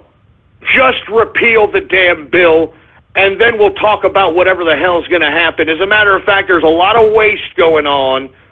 There's a lot of waste, and in my personal opinion, I think that we should actually talk to physicians on how to rectify the healthcare industry. And the reason that we need to is because now we have this specter of monopolization of the health insurance industry that is the overlord of health, when the health and the power of health should belong to the practitioner and the physicians. And that's all there is to it. So, once again, I know the president is trying to flex nuts here, and I get it. I don't think that it was just this health care bill that the Freedom Caucus is asserting their power, if you will. I think that the president has had many talks with these people, and I'm sure that they're already promising a fight as it relates to tax reform. I'm sure a lot of these idiots on the Freedom Caucus try to claim that they're fiscal conservatives, and you know what really pisses me off is that where in the hell were these fiscal conservatives when Obama put more debt on the United States books than all presidents before him combined? Let me repeat that one more again. Where were the fiscal conservatives when Barack Obama was amassing the amount of debt equivalent to all previous presidents before him combined? Where were you, fiscal conservatives? Oh, yeah, you were sitting there talking a big game. You're talking on the talking head boob tube, but you didn't do anything. And now that you find yourself in a position to once again show and pretend and virtue signal behind some guise of fiscal conservatism, now you find it politically convenient to do so when we really needed you to do that during the Obama administration, you two-bit slimy, supposed fiscal conservatives. I'm telling you this right now. This is why, in my view, we are going to see not what we expected as it pertains to Trump's tax cut, because of the fiscal conservatives out here. I don't think that we're going to see 15% corporate income tax because of the fiscal conservatives out here. Where were you fiscal conservatives at during Obama's tenure, you freaking hypocrites? I don't think, I'm not joking, folks, I don't think that we're going to have this infrastructure bill because of the fiscal conservatives. And many of these folks are on the Freedom Caucus. Many of them aren't. But either way, I think it's about time that these idiot virtue-signaling fiscal conservatives get off their virtue-signaling soapbox and start doing what's right for the country. That's why we have to stay political, folks. We cannot stop. We cannot stop. That's why I come up on here every day for 3 hours, even though I'm tired, for Christ's sake, man. I can't stop. We got to convey and we've got to disseminate the truth, because the lamestream media ain't going to do it, boy. Anyway, folks, once again, President of the United States calls out the Freedom Caucus with a 2018 election threat. And I think that part of it has to do with a little bit of the health care situation, but I think that he's talked to the Freedom Caucus, and I think that many of these so-called fiscal conservatives are going to fight him as it pertains to some of these agendas that he's trying to push forth. I think it's disgusting. Once again, where were you idiot Republicans when Obama amassed more debt than every president before Obama combined? Where were you scumbags? Freaking hypocrites, man. Anyway, let me continue going on. Let's move on to another subject. Did y'all hear Mike Pence? All right, Mike Pray the Gay Away Pence cast the tie-breaking Senate vote on funding for Planned Parenthood, folks. That's it. Yeah, and everybody on the lamestream media is calling Mike Pence some kind of an evil man because he cast the tie vote in the Senate on funding for Planned Parenthood. I mean, I don't want my tax dollars to enable whoredom. You understand? And I'm going to be honest. I mean, that's what Planned Parenthood does. It's enabling whoredom. It's enabling women to just hop around from penis to penis to penis, and if they happen to be infested with STDs, if they happen to be impregnated, they just go over there, and then there it is. Clean me out, one way or the other. Clean me out there, Planned Parenthood. I'm good now. I don't want my tax dollars being paid. I don't want them paying for this, all right? All right?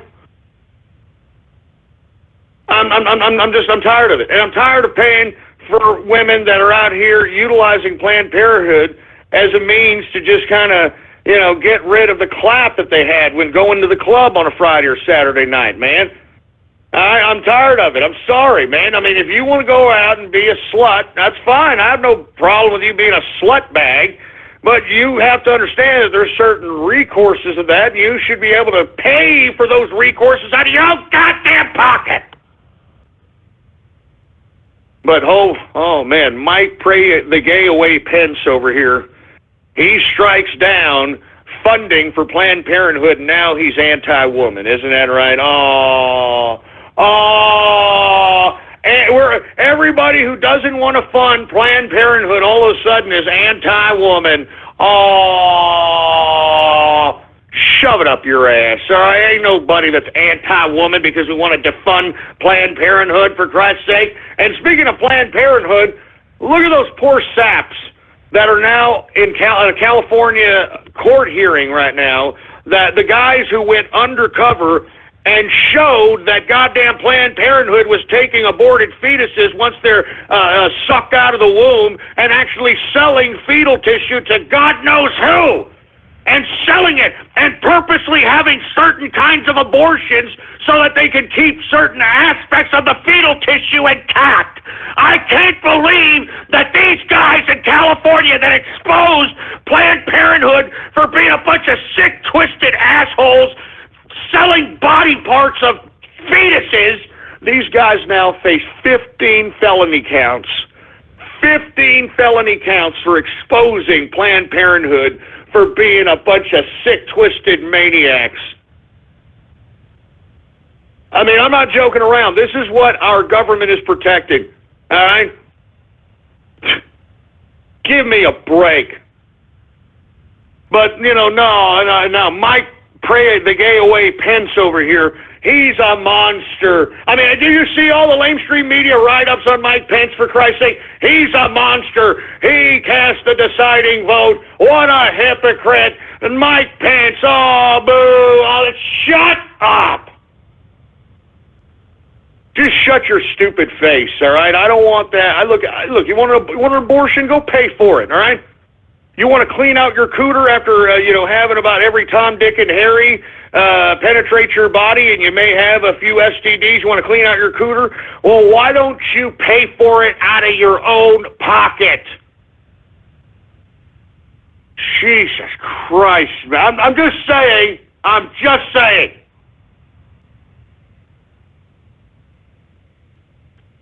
Anyway, man, once again, Mike Pence, Vice President, and of course President of the Senate, cast Senate-breaking vote on funding for not only Planned Parenthood, but abortion providers in general. And, I can't say I disagree. I mean, listen, I'm not a big stickler on abortion. All right, but I just don't want to fund it. I don't want to fund it. I don't want to fund women getting their cooters clean because they went out and hopped around from schlong head to schlong head to schlong head. I don't want my tax dollars being going to that. Anyway, let's continue going, folks. All right, we got a lot to talk about here today.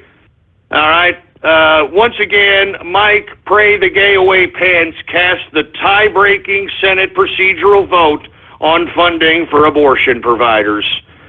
And speaking of controversial bills, folks, did you hear what happened in North Carolina? North Carolina! Come on and raise up! Did you hear what happened in North Carolina, folks? North Carolina, what was it, sometime about last summer or last spring, late last spring? I forgot when they actually passed this bill. But the infamous bathroom bill that was passed in North Carolina that was very controversial, in which it prohibited what was deemed transgendered from going into the opposite sex bathroom. Now, there was a big hoopla over this, and I have always said that I think this was much to do about nothing, because if you were a true transgender and you actually had your transgendered game up, no one would clock you as a woman if you were a true transgender and you're going into the woman's bathroom. All right? No one's going to clock you because they're going to be like, you know, that's a woman right there. I go, yeah. No one's going to clock you, but you know what? You know who wants to go into the opposite sex bathrooms? I'll tell you who. It's these Fu Manchu, bearded, throwing a wig on cross-dresser who happens to feel like a woman for about, maybe about 12 hours so he could sneak into the damn bathroom and God knows what the hell they're going to do. All right? Or these transvestites, which is the same difference, but the only difference is that transvestites are obviously men. I mean, that's the difference. I mean, from what I understand, like transvestites are obviously ugly-looking men that are dressing up like ugly-looking women and want to be like, I don't know. You know what? I don't know. I don't care. All right? But what really pisses me off is that the people that were initiating lawsuits against this North Carolina bathroom bill weren't transgendered from male to female transgendered. No. Female to male transgendered were taking this bill to court, which I think is a bunch of crap. All right? I mean, come on. All right, you female to male transgendered. I mean, you mean to tell me that you, who supposedly likes being around women cooters, all right, that you're going to want to purposely take yourself out of the woman's bathroom when you're literally like 3 inches from cooter, all right? You're going to want to take yourself out of the woman's bathroom and then what? Kick it with the fellas in the damn men's bathroom? For what? For what, Chaz Bono? What do you plan on doing in there? I mean, seriously, all right? I mean, Nicholas Sturgeon? Well, what? What? I mean, I'm just joking about Sturgeon, but, I mean, you know what I'm talking about. I mean, give me a break, man. Like I said, folks, I'm going to be honest with you. I think this is a nothing burger issue, and the only people that are initiating this are folks that aren't really transgendered, in my opinion. It's the LGB people that are bringing this up. It's the lesbians and gays that are bringing this up, and I don't think that the transgenders, the true transgenders, even care. I mean, if you genuinely look like a woman, no one's going to clock you if you have to drop a loaf, all right, or if you got to take a whiz, all right? No one's going to be like, well, let me check and see if you got a sack under there. No one's going to do that. But if you're out here and you look like, Marvin Hagler with a wig on, I mean, I'm going to stop you before you go into the damn woman's bathroom and say, hey, whoa. The hell you doing there, boy? We know you. I see what's going on here, boy. You ain't going in here. I mean, give me a break. Anyway, the reason I bring up this whole bathroom bill is because North Carolina did a complete 180. They have repealed its controversial transgendered bathroom law. Yep, they repealed it.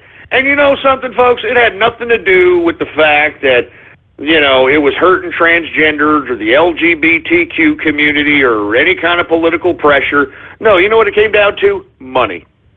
It came down to money. You had all kinds of groups, the NCAA, all kinds of concert promotions, all kinds of people threatening not to come to North Carolina, and basically it would have lost North Carolina and has lost North Carolina money.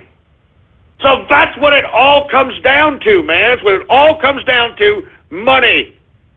And you see, I know, with all due respect, that the conservatives that passed this bill were trying to virtue signal with this bill. I mean, let's be honest. They were trying to virtue signal with this bill, and, it goes both ways. The leftists can virtue signal, the right can virtue signal, and that's what all this was. So I have to say, I'm glad that this bill was repealed. I didn't think that it should have been initiated in the first place, because the reason that it was initiated was to cause this type of fervor, to put that governor in the goddamn spotlight. It's pure political theatrics. There was no reason to pass this law. There was no goddamn need to do such a thing. I mean, true male to female transgenders, they're not having this problem. And they're not having this problem. I mean, unless you look like a butt-ugly tranny, I mean, I'm sorry. You're going to have to hold it in and go somewhere else. I'm sorry. I mean, if it's obvious that you, for whatever reason, you feel like a woman, but you look like hell, I think that you need to realize that, maybe the transgender game passed you by. You understand? I'm just saying. But as I stated, I think that this bill was nothing more than a virtue signal by the right. I didn't think it did anything. It didn't do anything. It just ruffled a bunch of feathers. It initiated lawsuits, and that's all it did. And I think that we, as the capitalist right, we can't fall for these types of divisive type virtue signaling political theatrics. We can't fall for this stuff. Because in the end, I mean, this bathroom bill really doesn't affect a whole lot of people. And the people that it does affect, they either have to do one of two things. They either have to really look like a tranny, or they have to really look like a woman, or they have to really look like a man, or whatever the case might be. They have to really genuinely look like one, and then no one's going to clock you. But hey, if you're a lazy tranny, all right, if you're a lazy tranny and you don't want to do whatever it takes to look like a woman, and yet you want to go out there and go into the woman's bathroom to pinch a loaf, well, you've got an effing problem as far as I'm concerned. I'm sorry, you got an effing problem. You got an effing problem. I'm not joking around. Anyway, folks, once again, North Carolina repeals its controversial transgendered bill law, and as I stated, it shouldn't have even been initiated to begin with. And the only reason they're repealing it now is because of the money they're losing. Anyway, let's continue going, folks. Federal judge in Hawaii, a.k.a. Obama's blow buddy, and when I mean blow, according to Hannity, Obama and this judge that has put a ban on Trump 2.0 travel ban, according to Hannity, this judge and Barack Obama used to snort blow together back in the old days in old Hawaii. So that's very interesting. As a matter of fact, I mean, it's notorious. There's been a couple of people that have come into the public eye that have suggested that Barack Obama was notorious for doing cocaine in the Hawaii area and was notorious as a homosexual. There was one classmate that I heard was interviewed that Barack Obama was notorious for being a homosexual that would, give up his, power bottom derriere to older gentlemen in exchange for, money and drugs. But, of course, that's hearsay, right? Either way, folks, all right, this federal judge in Hawaii extends the ruling halting the travel ban indefinitely for Donald Trump's travel ban that he initiated. Now, folks, I think this is utterly ridiculous that the court system can legislate from the bench. Because in my view, folks, the president has the authority to do whatever he wants to do as it pertains to protecting the American people. And the travel ban is basically to protect the country. It has no hate behind it. There's no malice intent behind it.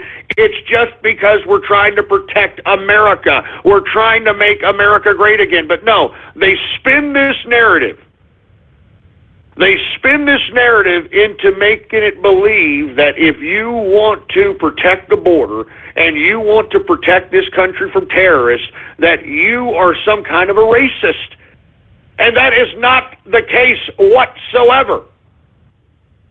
Now, as I stated, folks, this travel ban was only supposed to be temporary. It was only supposed to be for 90 days. And it was only like 6 or 7 countries, okay? It was 7 countries initially. They took off Iraq off of that travel ban and then reinitiated it. And, of course, some goddamn judge that's, I guess coke buddies with Barack Obama decided that he's going to strike it down And today, he has extended his ruling and halting the travel ban indefinitely. So here we go. We've got damn leftist judges legislating from the bench, making our country even more unsafe, folks. And you know, I just cannot grasp my head around this. I mean, all you folks that are trying to virtue signal on this issue, you people understand that you are making our country unsafe. You understand that you people that are wanting these immigrants and these refugees from these battle-hardened areas, from these Islamic extremist areas, you folks are promoting the enemy to come within our borders. And you see, whenever the enemy strikes, what do? You do much like what they're doing in Europe. You cry for Big Brother government to give you more protection. You cry to Big Brother government to give you more totalitarianism. And that is not what we want on the capitalist right. We are individuals, and we want to make our own individual decisions, and we refuse to relinquish our individuality to the state. And you see, you dumb leftist, you don't understand that that's the basis of socialism. That's the basis of communism, you morons. You don't have individuality.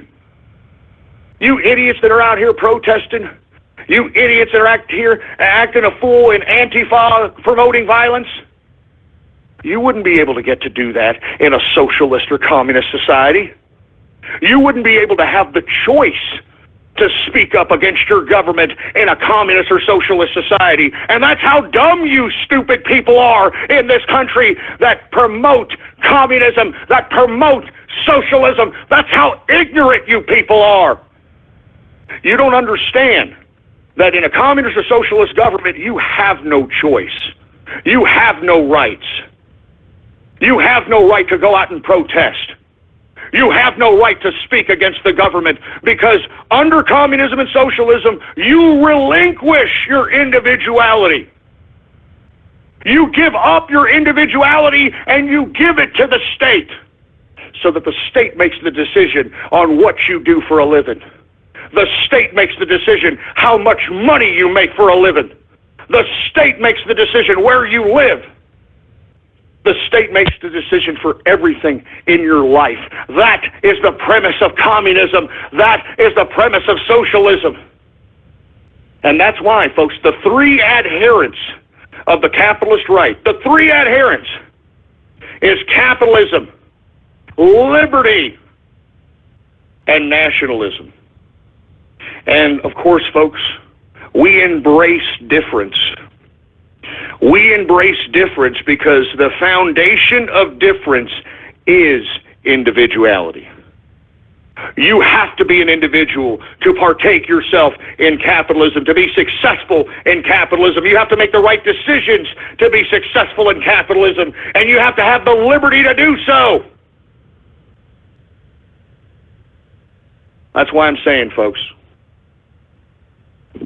that's why I'm saying we need to wake up, and we need to understand that this specter of communism and socialism, and I wouldn't even call it a specter, it's an infiltration. These bureaucrats who continuously make policy against our will, they're doing so with the intention of making themselves stronger. The bureaucrats right now, they want more laws. They want more regulations because that gives them more power over your lives. That's why we have to continue to be political. That's why we have to continue to hold these damn politicians' feet to the fire, folks. That's why we have to be smart, man. Anyway, once again, folks, this Hawaii federal judge, which happens to be chums with Obama, extends his ruling halting the travel ban indefinitely. And as I stated, folks, you people are wanting the terrorists to come into our country, and I just don't understand it. You people are sick. You people are sick, and if anything happens relating to any of these refugees or any of these people that are coming from these dangerous portions of the world, you've got blood on your hands. But you know something? I don't think you leftists care. I think you leftists want to see blood. I think you leftists want to see civil unrest. I think you leftists want to see pain and despair and carnage. You're sick. You're evil. All of you leftist pieces of crap. Let me tell you something. If it were up to me, if you're a devout leftist, you deserve a helicopter ride, baby. Pinochet style. Pinochet style. Son of a bitch.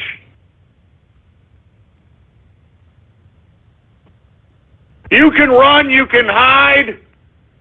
You'll get a helicopter ride, you leftist piece of trash.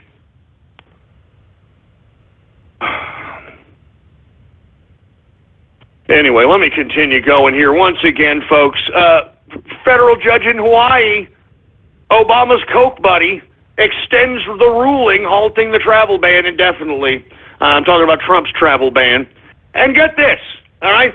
We talked about yesterday, or I think it was the day before yesterday, Attorney General Jeff Sessions is going to crack the whip on these sanctuary cities, threatening to cut federal funding, which I believe is a great thing to do. Well, guess what? Seattle, this half-ass communist city, Seattle is now suing Trump over the sanctuary city threat.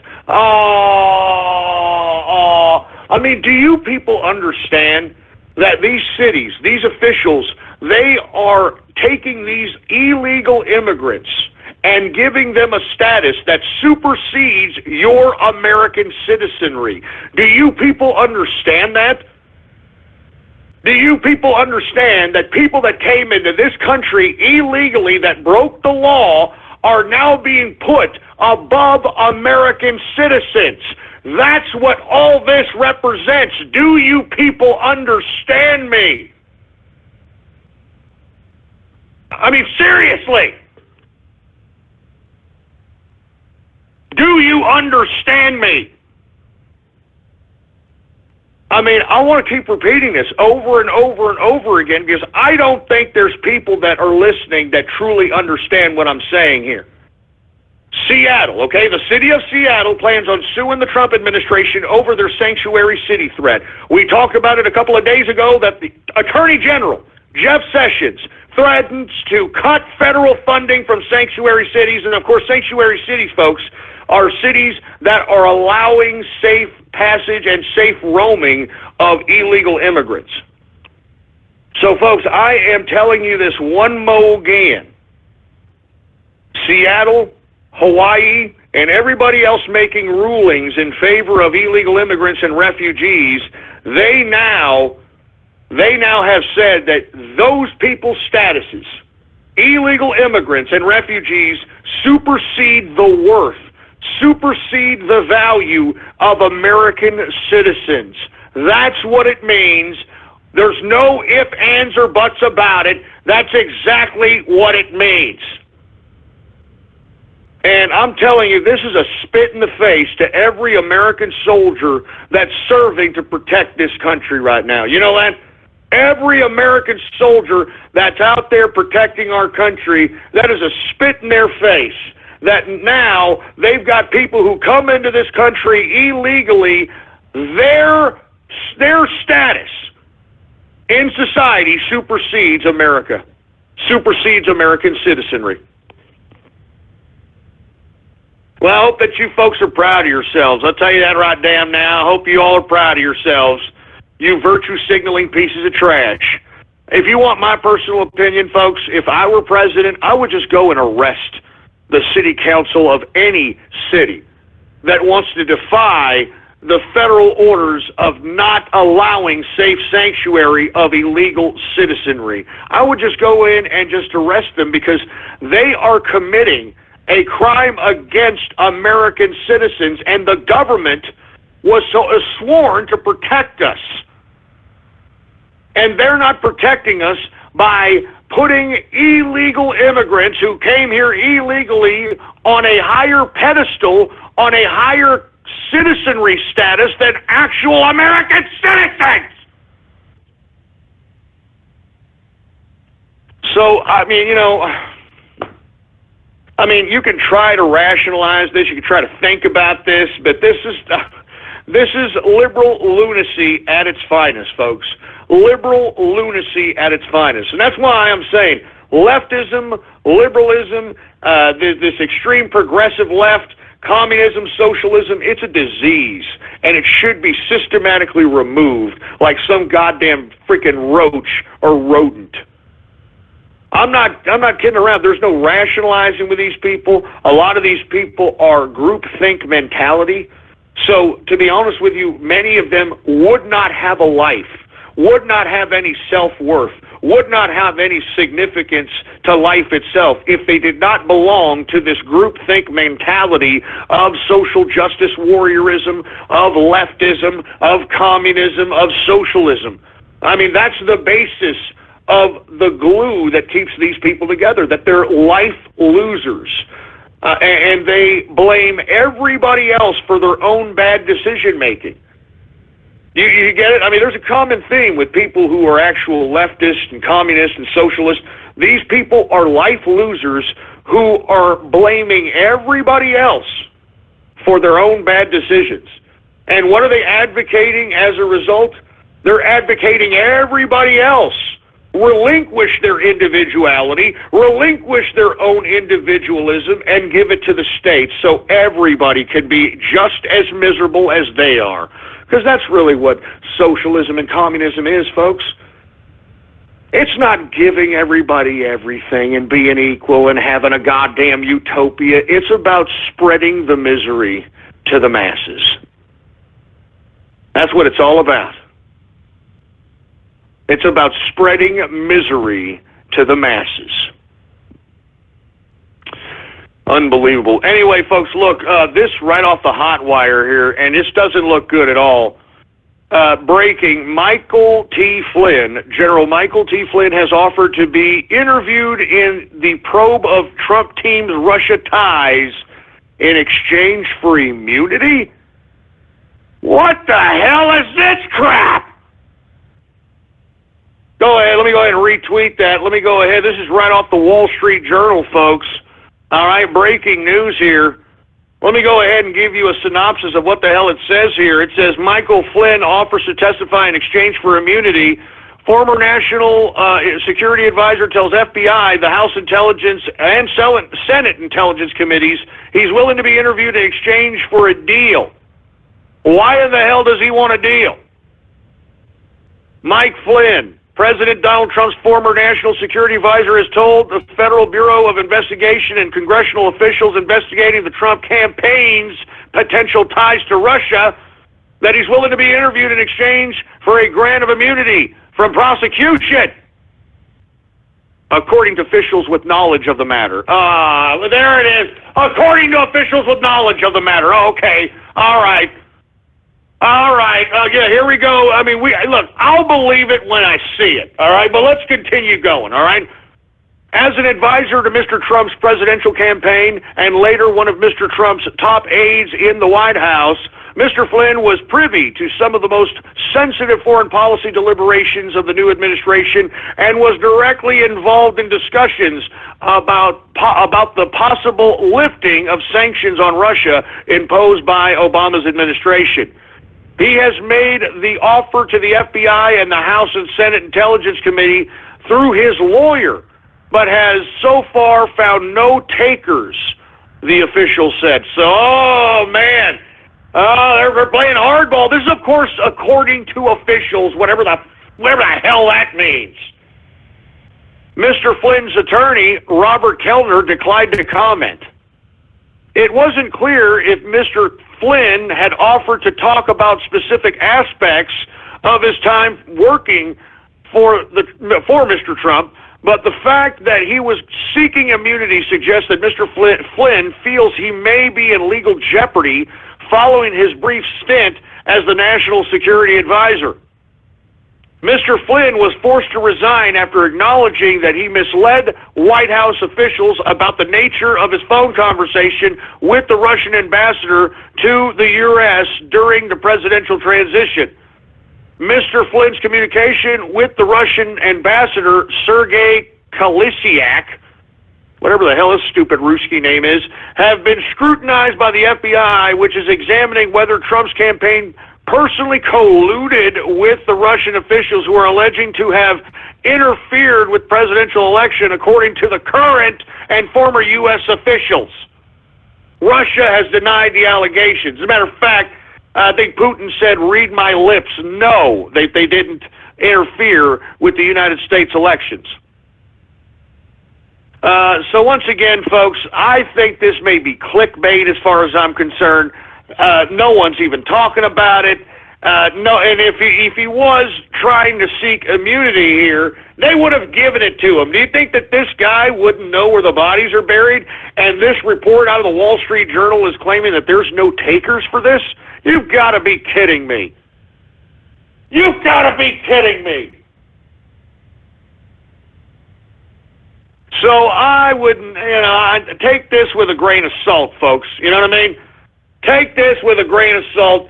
I mean, you're talking about fake news here. An official close to the matter. Get the hell out of here. All right? An official close to the matter. Stupid, man. Unbelievably stupid.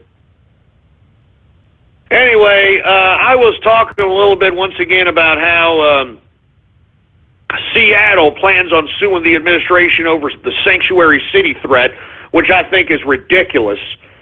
But let me go ahead and move on to another subject, folks, because we got a lot to talk about here, baby. There's a lot in the news here, baby, a lot of news. Check this out. Donald Trump is going to host the Chinese president at his golf club, Mar-a-Lago, in Florida on April 6th.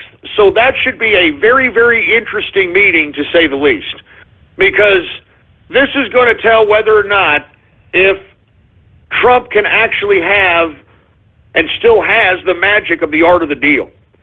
Because in my view, I think that Trump needs to do many of things at this sit-down with China. Now, China is going to come up as if it's flexing nuts, as if it's some big badass or whatever the case might be. But in the end, we have the cards on our favor, because if we decide that we're not going to do any kind of trade deal with these stupid sons of bitches, or not even do that, we don't even have to be that drastic. We can just incrementally say that, well, last year we gave you $550 billion in trade. This year we're going to roll that back $100 billion. We're going to roll that back $100 billion. You know how much shock that would give the Chinese government, folks? Because much like the Venezuelan government, which is, we're going to talk about them here in a minute, China centrally plans everything. I mean, they're a communist country. They plan everything. I mean, take a look at all the bureaus and bureaucracies they have in China. Now, because they're a central planning communist government, they plan ahead of time based upon projections that they're used to getting. For instance, they're used to receiving $550 billion from America, from us, purchasing their cheap-ass Chinese goods. So if we were to roll back the trade $100 billion, I mean, that would send shock waves throughout the economy of China. That would send shock waves, all right? So that's why I'm trying to tell everybody that, or not even trying to tell everybody, I'm trying to tell anybody who knows Trump or is listening to Trump, Donnie Jr., if you're listening, please advise your father that regardless of what this Chinese chopstick-eating bastard tries to tell you, we have the cards, and that house of cards can come tumbling down just on a simple rollback. And, you know, it's not like you're insulting the Chinese leader if you say, hey, we're going to roll it back a little bit, we're trying to make America great again, so on and so forth. Because then if the Chinese leader says, you know what, F you, I'm going, well, then we could just pull their whole goddamn contract from them. Just imagine if we sent them no money. I mean, the whole goddamn government would cripple. That's why they're talking all this war nonsense. Because they know that the only thing keeping their country together is the fact that the United States sends so much money over there. If we stop sending that money, folks, China's going to be in a very precarious situation, and they ain't going to know how to feed themselves. So this is going to be a very interesting meeting, to say the least. I genuinely hope that not only does the president pressure the president of China with the trade deals that we currently have, but hopefully China can understand that they're not the only manufacturing hub in the world today. And I don't think China understands that. China believes that they're the only ones in the world that can do what they can do. And I think that, I think that this administration is going to teach them otherwise. At least I hope so. At least I genuinely and sincerely hope so. Let's take a look at what happens in this diplomacy. April 6th, Chinese president meeting with Donald Trump at Mar-a-Lago, Florida. He's apparently going to stay there for the night, so hopefully get some decent dialogue going. Anyway, folks, we are now in the third hour and final hour of the True Capitalist Radio broadcast. And, of course, I am your host, the man they call Ghost. And once again, folks, I want to thank you very much for tuning in with me. Before we get started, I'd like for everybody to please spread it around, spread it around, spread it around like wildfire, and let everybody know that True Capitalist Radio is in effect and in the house, and we are live every Monday through Friday, 4 p.m. Central Standard Time, right here on the official website of the True Capitalist Radio broadcast, and it is blogtalkradio.com/ghost. That's blogtalkradio.com/ghost. And, of course, if you have not done so, please follow me on Twitter, folks, and Gab. Gab is the Twitter alternative. Follow me on both of those social media at the following name, Politics Ghost. All one word, no underscores. Politics Ghost is the name to follow. Now, once again, folks, we were talking about how the Chinese president is going to meet with Trump at Mar-a-Lago, Florida, on April 6th, going to stay till the April 7th. We did talk about hopefully the president could pressure the Chinese president based on trade, as I stated. Even if we were to roll back $100 billion off the $500 billion we send them annually, we send them $500 billion annually to China buying cheap Chinese goods. Their wall will come tumbling down real quick, baby. All right, real quick. Now, we have, of course, unfortunately talked against the Chinese government, and because Blog Talk Radio is broadcasted within the borders of the communist China, we are forced to give a rebuttal by a representative of the communist government of China, because, hey, we're broadcasted within their borders, we got to do it, they're communists, whatever the case might be, for Christ's sake. Do we got this guy on, engineer? All right, well, without any further ado, Jesus Christ with this guy, for Christ's sake, and not to mention, I mean, he sold a lot of autographs, too, you know what I mean? Anyway, without any further ado, you got him on, engineer? All right, without any further ado, Mr. Fortune Cookie, are you there, sir? Oh. You see, you motherfucker talking all kinds of garbage about the communist government of China. You don't know nothing, Ghost. Donald Trump's not going to do nothing when the president goes down there to Mar-a-Lago. You're not going to do nothing, motherfucker. You're going to continue to buy a Chinese product. You're going to continue to buy a Chinese computer. You're going to continue to buy a Chinese cell phone, motherfucker.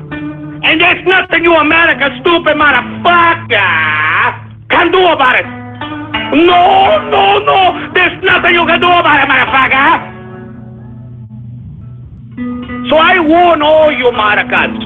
You're gonna sit there and talk garbage about the communist government of China. And I'm talking to all you people on the capitalist white. All you people on the capitalist white. We're gonna put all your motherfucker on a yeast. We're gonna put you on a yeast, and we're gonna make sure that all your motherfucker are into a re-education camp. We're gonna put all the capitalist white into a re-education camp. That's right. So, all you stupid American motherfucker talking garbage that Donald Trump is gonna do something with the president of China, you stick a chopstick right up your asshole, motherfucker. You people on the capitalist white, you better stick a Ginsu knife right up your asshole, motherfucker. And you wanna know something? You wanna know why we do what we do? You wanna know why we do what we do? We do it for Chairman Mao! We do it for Chairman Mao!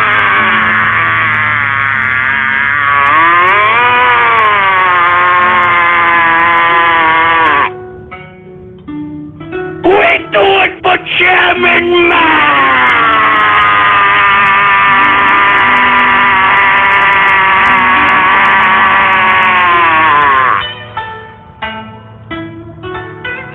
Oh no!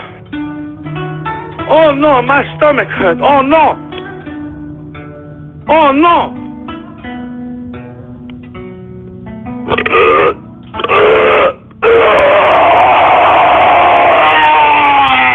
Bad egg roll! Oh no!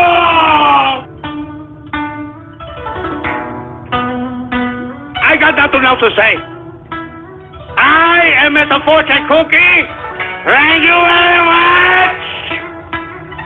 All right, get him out of here for Christ's sake, man. Jesus Christ. Anyway, folks, my apologies. We have to bring this guy in here every time we talk about the communist government of China because we are broadcasted within the borders of China. So anyway, folks, once again, I hope the president, when he does host the Chinese president on May 6th in Mar-a-Lago, I hope that he confronts them. And I hope that he tells the Chinese president that he's not the only manufacturing game in town, baby. He's not the only manufacturing game in town, and he better stop flexing his goddamn nuts, or, we're going to make him have a bad egg roll. Do you understand what I'm saying? We're going to make that damn communist government of China have a bad egg roll. Now, with that, let's go ahead and go into the next subject matter because it ties in. Guess who wants to have some kind of a new relationship now that the machismo has kind of worn down from these burrito-eating bastards? Huh? Oh, who is calling for a new relationship? None other than Mexico's President Nieto. Mexico's President Nieto is out here now. He wants a new relationship with the United States. Oh! Now he wants a new relationship. Remember, he was all, we are not going to build that wall, senor. I mean, all that crap. Now he wants a new relationship with the United States. What did I tell you? That these idiots were going to come back around. Once that rubber tortilla was too hard to chew, I told you these sons of bitches were going to come back and start bowing down, boy. I told you. President Nieto, trying to sit over there trying to pretend that your huevos are bigger than they are, huh, boy? Well, they ain't. All right, take the damn rubber tortilla out of your mouth and listen, Nieto, and listen good. You have an opportunity, President Nieto, to be able to undercut the Chinese production of the world at this point in time, you stupid, idiot, dumb, freaking burrito-eating bastard. All right? You have the opportunity because we, the United States, consumes the majority of the goods that come out of China. And you right now, Nieto, you are currently going through a manufacturing boom in your country. You're starting to build plants. You're starting to bring in investment from other countries to manufacture goods out of your country. Right now, the current trading, the current amount of trade that we send to Mexico is, I believe, somewhere around $60 billion a year that we send to Mexico. $60 billion a year. I mean, yet though, wouldn't you want some of that $550 billion that we send to China so that now Mexico can be the new bustling, up-and-coming economy? Wouldn't you want a piece of that? And the reason I believe that this is more than possible is because I know that there are going to be many who say that, well, because, China, it's got slave labor, I mean, how can the people in Mexico, how can they compete with slave labor? Well, folks, whatever the increased costs are in labor, they are going to be offset by the tremendous shipping costs that it takes to get the goods from China to the United States mainland. The shipping cost will be dramatically lower, which in turn can relay onto the consumer in price. And not to mention undercut China in the manufacturing war. So that's why I hope now that President Nieto of Mexico has finished chewing on the rubber tortilla, he now wants a, quote, new relationship with the United States, and I hope that he's come to his damn senses and realizes that he could put Mexico on a frontier path into manufacturing bliss. And what I mean by that, take a look at Mexico. Take a look at Mexico, for Christ's sake. Let me explain something here. I know that economics can, go over a lot of people's heads. But I think that Nieto could make himself a great president if he was able to negotiate a proper deal that not only brought back more money in trade and more manufacturing base in Mexico, but to compete with China. I think that if Mexico could compete with China on the manufacturing front, they could be the new epicenter of wealth. But it takes leadership. And it takes leadership to do it. And I don't think that Mexico has it. Now, another reason why you've got Nieto calling for a new relationship with America is because a lot of the 11 million immigrants that Mexico dumped on the United States, they're now going back to Mexico. And you see, they're not used to seeing that anymore out there in Mexico. Like I said, it's a two-tier system in Mexico. You're either filthy rich or you're dirt poor. There ain't no in-between over there. And now that you got all these immigrants going back to Mexico, you got the Mexican government not really too happy about it. And they're not going to know how to feed these people. They're not going to know how to take care of these people. So once again, there is a lot of pressure now on the Mexican government, just like I said there was going to be. I said this was going to happen. I said, look, Nieto, I know that you're sitting here thinking you're big badass machismo, but you're ruining an opportunity. You're ruining an opportunity to be able to compete with China and to increase the wealth of your country. But we shall see what happens. Like I said earlier, Trump is going to host the Chinese president in Florida, April 6th.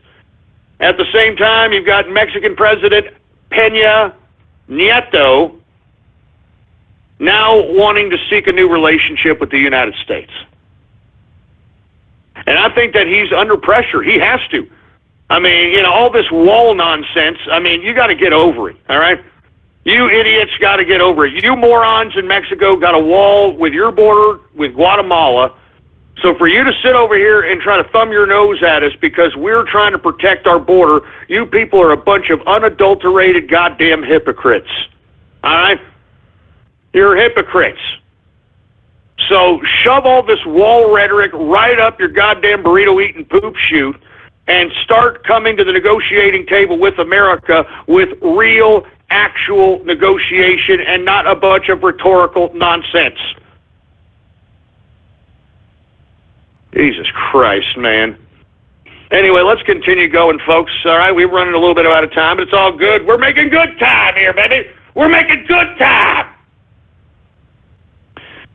Folks, Brexit happened yesterday. Of course, we talked about yesterday being Brexit Day.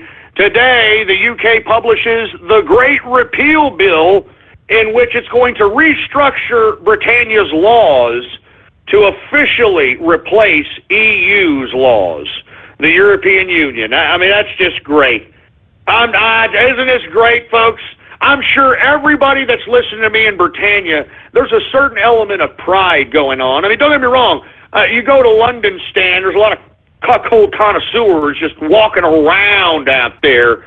But for Brexit to finally come to fruition and finally turning into a reality, it's just got to have a certain level of pride that goes along with the folks in Britannia, man. I mean, now you're your own country once again. It's Britannia! Not the European Union, for heaven's sake. It's Britannia! And I'm telling you, there's a bunch of cuckold connoisseurs that are pro-EU, I can tell you that.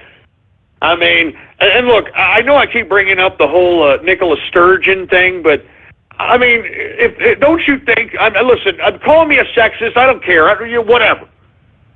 But don't you think that if two men, or at least if one man was in that equation right there, between Theresa May and Nicola Sturgeon, if one man was in that equation, that Nicola Sturgeon wouldn't be doing this bitch stuff and going and be like, we go for a referendum in Scotland, independent Scotland referendum, shut up! I mean, is it me? I mean, I personally believe that it's a woman thing that Sturgeon is initiating a referendum for Scotland. And now, for you folks that are aware, this referendum is trying to, once again, vote on whether or not Scotland is going to be its own independent country because they're unhappy with Brexit for whatever goddamn reason. Now, I get it. They're taking the rhetoric that the EU is initiating, that, you know, there's going to be economic hell to pay. Oh, there's going to be economic this and that. I mean, it's just, you know, I get it. But I think that Sturgeon is stoking the fears of the people of Scotland so that she can virtue signal with this whole nationalist referendum that has already been played and done. Scotland, you've already done this, what was it, about 4 or 5 years ago or something, and it didn't happen. You stayed in the UK. Now all of a sudden, because there's some political clout to be made, and because it's another woman, Sturgeon doesn't want to be let down, doesn't want to be showed up by Theresa May, so now she's got to put her little face in the media. She's got to put her 2 cents to get political clout, her virtue signal to Scotland. And I think it's ridiculous. And what the hell is Sturgeon, for Christ's sake? I mean, good God, man. Anyway, folks, once again, the UK publishes the Great Repeal Bill that is going to replace EU laws. I mean, you can't get any more official than that. Am I right, or am I right, or am I right? You can't get any more official than that. Congratulations to Britannia. Congratulations. I'm telling you, I could only imagine what it feels like to be somebody in Britannia right now. I could only imagine the true patriotism, the nationalism, the feeling that they're having that they are Britannia again. And they're not subjugated by some goddamn ridiculous non-elected global entity like the European Union. I mean, once again, folks, these idiots were not elected. These idiots were not elected, and yet they feel as if they are accorded the world, these freaking bureaucrats at the EU. They feel that they are accorded the damn world. Now, for you folks that are unfamiliar, let's go ahead and transition to the next subject matter. Did you hear the EU president, Jean-Claude Juncker, or I should call him Junker, did you hear what this son of a bitch said? This asshole from the EU threatens revenge on Trump because of the Brexit situation. I mean, that's how cucked the EU is right now. That's how much butthurt is floating around Brussels right now. You've got the EU president, Jean-Claude Juncker, threatening Trump. And what is he doing? He's threatening to break up the United States. Can you believe that? I'm not joking. This asshole from the EU threatened Trump that he will help break up the United States over Brexit. And I don't understand why Jean-Claude Juncker blames Donald Trump for Brexit. I remember Donald Trump once tweeting right before Brexit that he'll be known as Mr. Brexit. Remember that? I'll be known as Mr. Brexit like I'm known as Mr. Black People. I guess, the European Union President Juncker, I think that he's venting his frustration at Trump for whatever reason, and he thinks that Trump is the instigator over the breakup of the European Union. And it's not Trump, you moron. It's you. You want to see why Britannia left the EU there, Juncker? Look in the mirror, you stupid drunk bastard. It's because of you. Anyway, folks, in this threat that Juncker threw at the president, in this threat, not only does he threaten to break up America, this asshole had the audacity to sit here and say that he'll help Texas secede from the Union. He'll help Texas? Who the hell are you, Juncker? You European pompous-ass socialist prick? Who the hell are you? Who the hell says that a Texas man needs anything from some Euro trash like you, Juncker? What makes you think that Texas would take anything from some European socialist shithead like you? What makes you think that you could say such a thing? You soulless, bureaucratic bastard!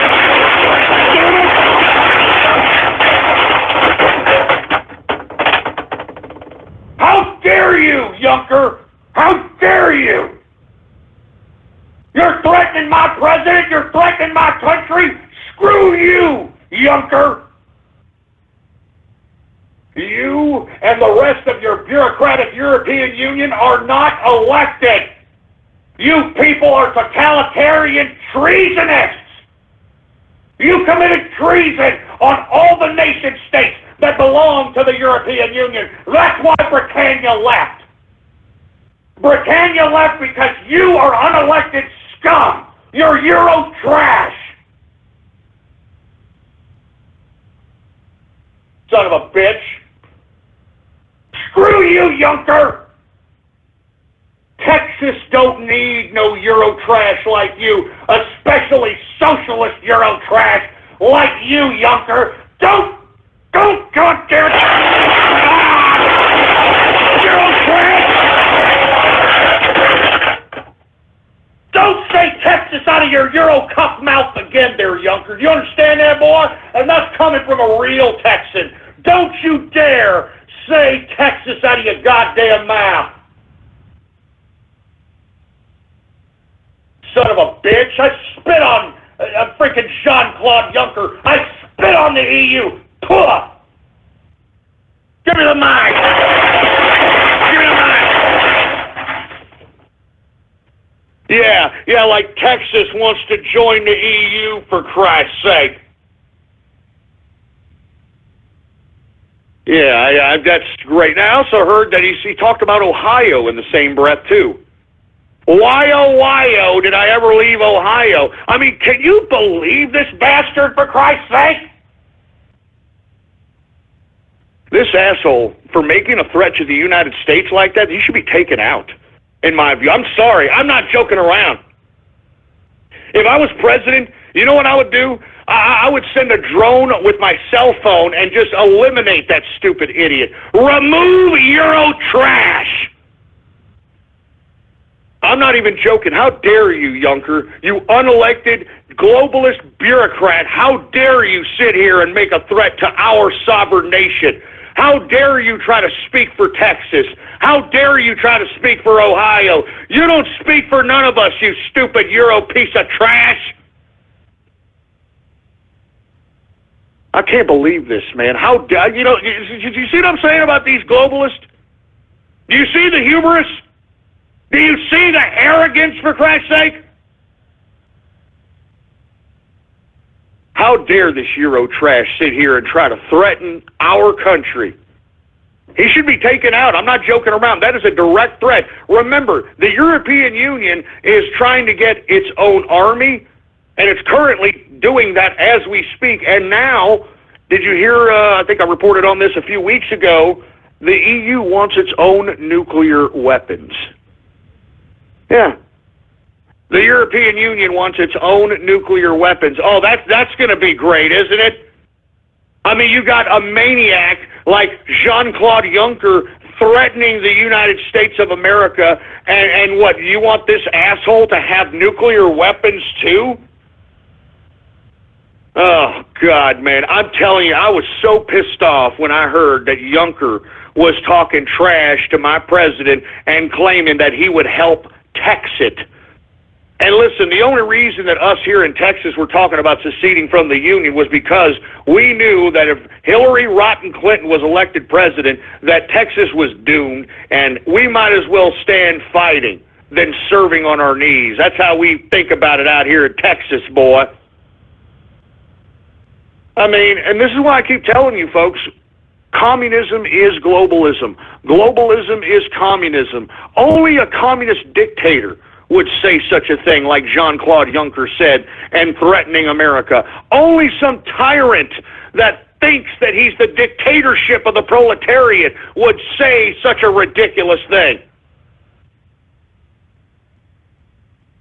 And that's why I cannot believe that this idiot can walk the face of the planet and threaten the United States like that. Let me tell you something. We shouldn't accept that.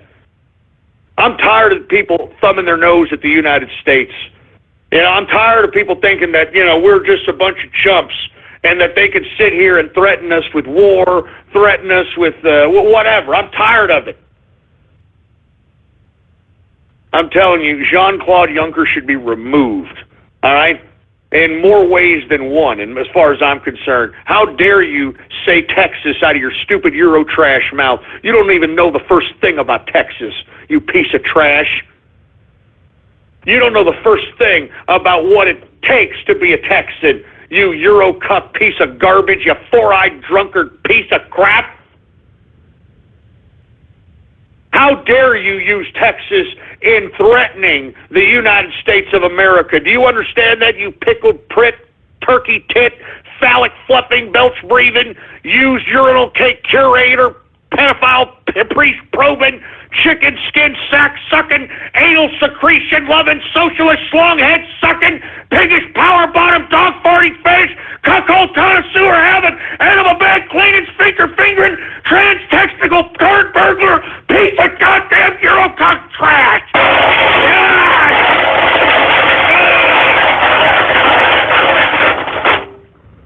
You goddamn Eurocock trash! You goddamn Eurocup piece of trash!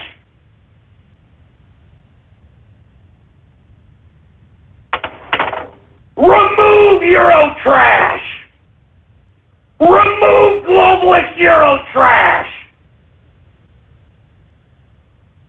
Give me the mic! Hey, look, folks, I'm not going to talk about this anymore. This guy's getting me pissed off. And, I don't want to say something too stupid. That's all I'm saying, all right? I don't want to say nothing too goddamn stupid. But I can't believe that this globalist, this European Union president asshole, this unelected piece of trash, is threatening America because of Brexit. I mean, what kind of butthurt does this asshole have to be? Now, I hope Le Pen can pull off this goddamn upset in France. I don't even give a crap what kind of leader she is. This would trigger the EU so hard that I don't even know what they'd be capable of, to be honest with you. I mean, could you imagine the response of the European Union? I mean, they're already calling for their own army. They're already calling for nuclear weapons. I mean, does this sound like rational thought? I can't believe this. I'm sorry. I'm still in shock that Juncker thinks that he has the balls to do such a thing. Anyway, let me move on, folks, all right? Last but not least, Venezuela. Let's talk a little bit about Venezuela. Folks, the Venezuelan Supreme Court, all right, has literally taken away the power from the legislature. And folks, the legislature was the last branch of government that had any level of opposition to Nicolas Maduro and the communist government of Nicolas Maduro. And because, just like they try to do here in America, legislate from the bench, because Nicolas Maduro threw in all his lackeys and all these judgeships, when it went through this ridiculous, fictitious, judicial, theatrical show and finally ended up at the Venezuelan Supreme Court, the Venezuelan Supreme Court has removed power from the legislature, now giving full authority to Nicolas Maduro. Now, it's claiming that the authority that would be traditionally accorded to the legislature will now be either accorded to the Supreme Court or a governing body appointed by the Supreme Court. Isn't communism isn't it so great? Isn't communism so great, for Christ's sake? I mean, give me a break. Folks, if you are not aware of what's going on in Venezuela, folks, I mean, I hate to keep repeating this, but it bears repeating because you're not going to hear this from the mainstream media. You're not going to hear about the food fascism being implemented by this communist government. And what do I mean by that? Well, folks, once again, what was I telling you before in this broadcast? That communism, the basis of communism is that everybody in that nation state that believes in communism, in a communist nation state, you relinquish your individual choices. You relinquish your individual decisions, and you give your decisions, and you give your individuality to the state. And that's exactly what happened in Venezuela. You see, in Venezuela, they were actually a very rich communist country about 5 or 6 years ago, folks. And why were they a rich communist country? Because they have good natural resources. And what's their main money-making natural resource in Venezuela? Oil! Oil! Venezuela has got the third largest oil deposit in the world. So why exactly are they starving, you ask? Well, folks, what have I told you? Communism centrally plans everything. That's what communism and socialism is. It's a central planning economic theory. So what did the communist government do? Well, during the time when barrels of oil were at $110 a barrel, y'all remember that? Y'all remember when barrels of oil were at $110? Well, the communist government of Venezuela centrally planned several years in advance, anticipating that barrels of oil will continue to be $110 a barrel. And folks, last year, it was at $29 a barrel. Do you remember that? It's barely coming back up from that point. It's barely coming back up from $29 a barrel. Now, folks, when you've got a central communist government in Venezuela that has planned ahead of time for its government, for its people, planned financially with the anticipation of continuously receiving $100 a barrel of oil, and all of a sudden the barrel of oil is $29 a barrel, you're going to have a serious problem, and that's exactly what you're seeing in Venezuela.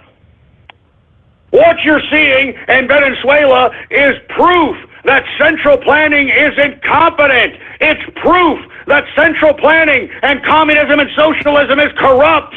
It's meaningless. It's ineffective. It's incompetent. Venezuela is a perfect example of what communism and socialism is. And why are they starving? Because, folks, they've only centrally planned. They pre-buy. That's what the whole concept of communism and socialism is central planning of government resources.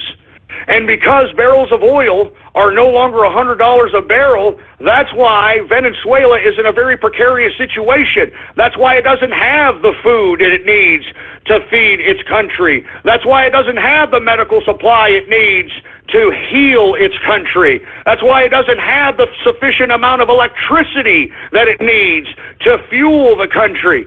Do you understand? This was complete incompetence at the highest levels of the communist government of Venezuela, and I'm talking about the communist government of Venezuela, refused to acknowledge their incompetence. They refused to acknowledge that it was their central planning that caused Venezuela to go in the current situation that it's in, and the current situation that it's in is food fascism. Folks, right now, people are now eating flamingos. They're eating foreign animals. They're eating trash. I'm not even joking around, folks. I mean, there was a picture of an emaciated elephant in Venezuela, which shows that not even the animals are being fed. No one is being fed, folks, because the communist government, in their brilliant scheme of central planning, just did not have enough food for everybody. But you see, if you take a look at the president of Venezuela right now, Nicolas Maduro, this guy's fat in the ass. I talked about it a few days ago, how he was on TV completely negating people's questions. He had one woman who asked him, I'm hungry, I need food, I'm hungry, and instead he deviated the conversation of laughing about her Americanized name. I mean, these people are completely oblivious. That's why I'm telling you, folks, communism and socialism is dangerous, because people are stupid. There is not one group of people that I would trust to allocate resources and centrally plan anything. Because, folks, everybody, especially in a bureaucratic system of bureaucracy, everybody is incompetent as far as I'm concerned.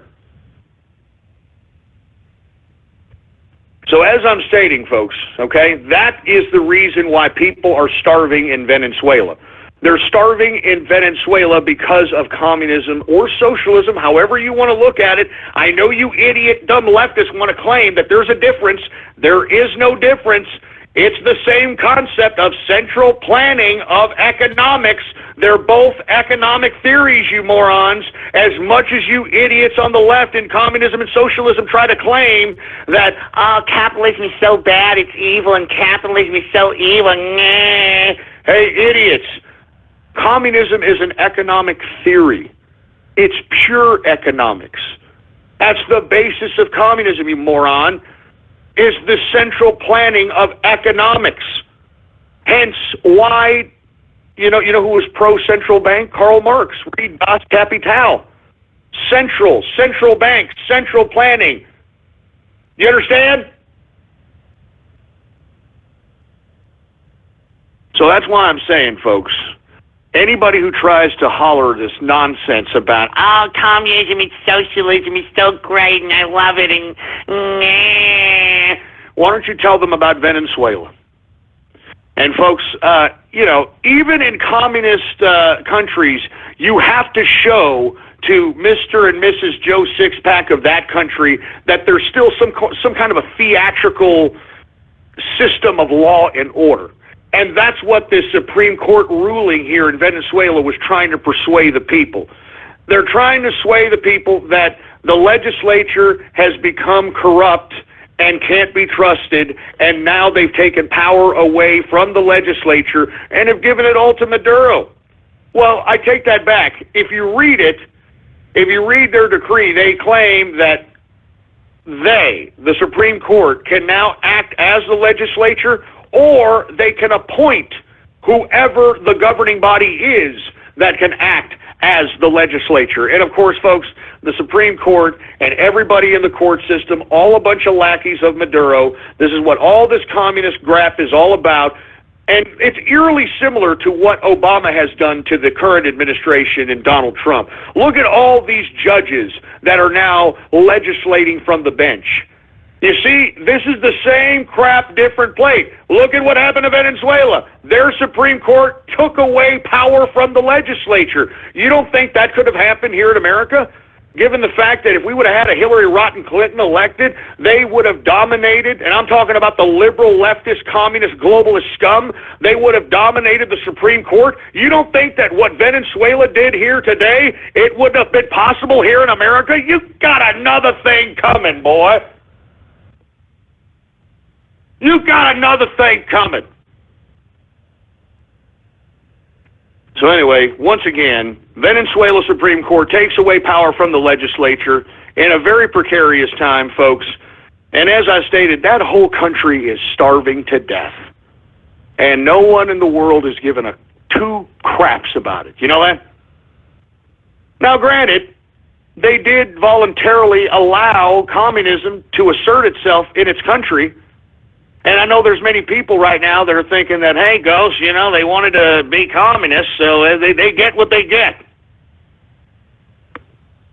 Well, you know, I mean, there's a double-edged sword there, man, because there's a bunch of children that are starving to death that, you know, didn't oblige or didn't have a choice to oblige Hugo Chavez or Nicolas Maduro. There's a lot of innocent people out there that are just trying to live their lives and are trying to do so around the current conditions that they were brought up in, that aren't down with communism, that aren't down with Maduro. And I think it's a shame that those folks are afflicted with the hardships that was brought upon by ridiculous, pathetic, hyper-sensationalized political romanticism. And that's all communism is. It's political romanticism. It's a bunch of crap. That's all it is. Anyway, folks, I'm going to go ahead and end the news right there. I want to thank everybody for tuning in. Well, how much time do we have left? We got about 18 minutes, all right? We got about 18 minutes. Let's go ahead and get to everybody's favorite part of the broadcast, all right? Let's get to everybody's favorite part of the broadcast, and I'm talking about Radio Graffiti! That's right, folks. Radio Graffiti, the part of the broadcast where the spectators become a part of the spectacle. All you've got to do is give me a call right now at 516-453-9903.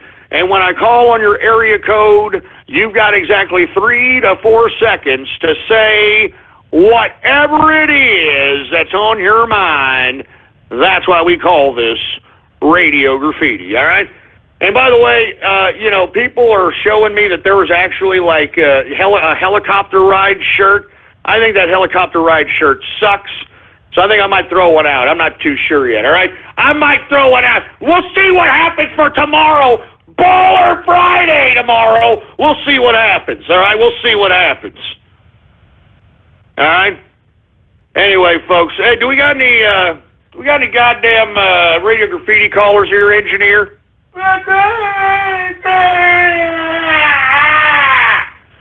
All right, folks. Well, without any further ado, let's go ahead and take a few Radio Graffiti callers. We got a little over 15 minutes left.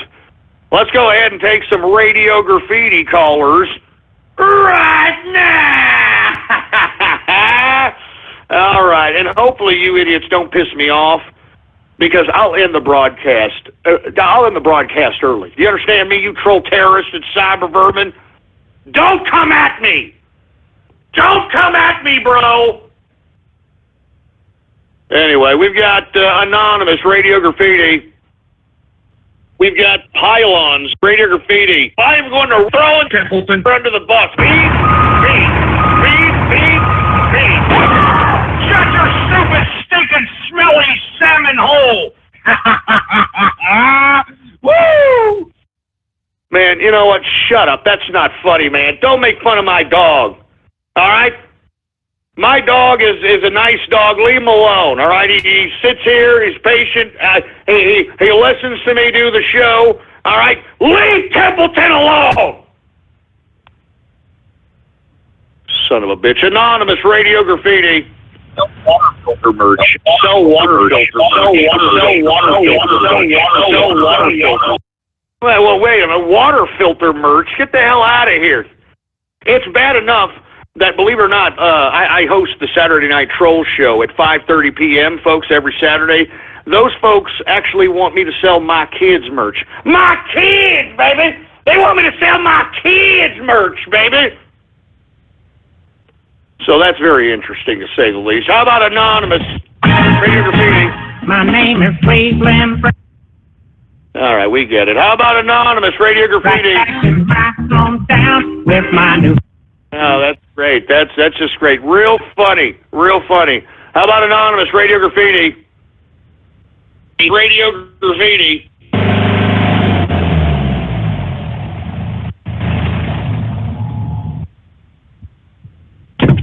What the hell was that? What the hell was that supposed to be? Jesus Christ. Hey, Karaskin, Radio Graffiti, Karaskin. Hey, what's up? I got a scoop to show you. Are you kind of aware that there are bootleg cartoons showing up on YouTube recently that are supposed to be intended for children? Well, judging by the thumbnail and all that, they are not as innocent as you thought it could be. I mean, I'm sending you the link to that the article on your Twitter. Check it out if you have a chance. All right, well, what is it? Well, what is this? Peppa Pig used to trick children into watching disturbing videos. Oh, man, no. Are you kidding me? I'm not joking, man. It's real. Oh, man. These trolls. I'm telling you, y'all trolls ain't going to know better until there's no more anonymity online. It's really sad that it's going to have to get to that. It's really sad. Really sad. But thank you, trolls, for ending our internet, right? Anonymous, Radio Graffiti. People have the heart.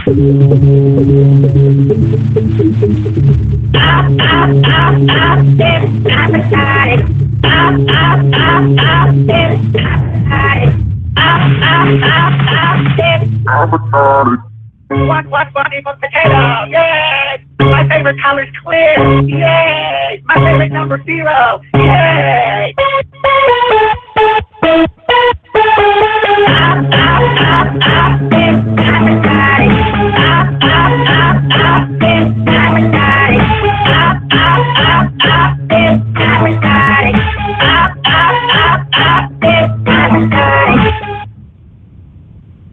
Are you kidding me? Give me a break! God, give me a break! I mean, what the hell was that? How many remixes are there, for Christ's sake, man? And what was that? Was that a I'm Retarded remix? Was that a I'm Retarded remix, for Christ's sake? I'm retarded. Give me a break. Good God, give me the freaking... Good God. I mean, it never fails, man. Never fails. Anonymous, Radio Graffiti. Sell water filter merch. Sell water filter merch. Sell water... Shut up with freaking water filters, all right? My filters! My filters! Anonymous, Radio Graffiti. Oh,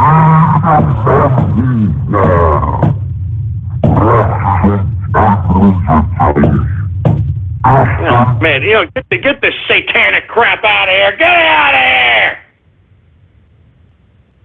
Jesus Christ, man. Anonymous Radio Graffiti.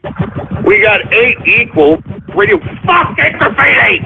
True Beer and Butter Radio. F you. Juju, it's distilling, huff, and paint. It kills your brain cells, boy. Sobriety ruined TCR. I really don't need wagon. Sure, you're trying to get me to drink. We got the retard bus, I'm sure. Harpies for those. Look, They're trying to give me the Harvey. Damn Harvey. True Thirst Radio. Shut up. TCR Arab Oil. Shut up. Texas Martyrs in Hell, LOL. Oh, you son of a... I bet you're a little 400. Ghost Crypto Jew. Shut up. Oy vey. Shut it down. Shut up. BJ's for your brown. That is funny. Liver for Ghost. That's not funny, asshole, all right? My health shit, Jeffrey. Ghost drink light beer. Are you kidding me? Alcohol 1, Ghost health 0. You know what? F you. You people are laughing. There's just like crap all over here, man. Yeah, Whataburger Queen. Oh, that's funny. Paint 1, Distilling Brain 0. Australia first, Texas next. Don't even. Ghost Crypto Phony Circle. Ghost Palin 2020. Ghost needs a Mexican. Yeah, and how the hell did some of you trolls get an account on here? A beer a day keeps the rice patties away. You son of a...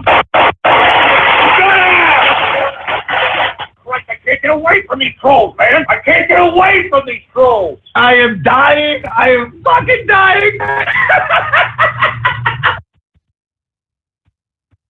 You son of a... You can't remix this. Son of a bitch.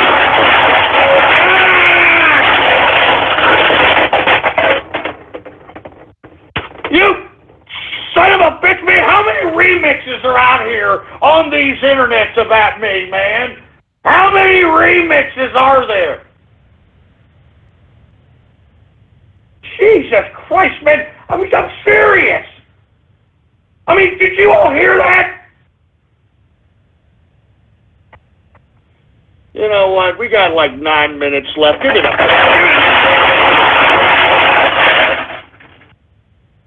I mean, are you all hearing this crap, man? How many goddamn remixes are out there on these internets, man? You know, they've been making remixes of me since like 2009.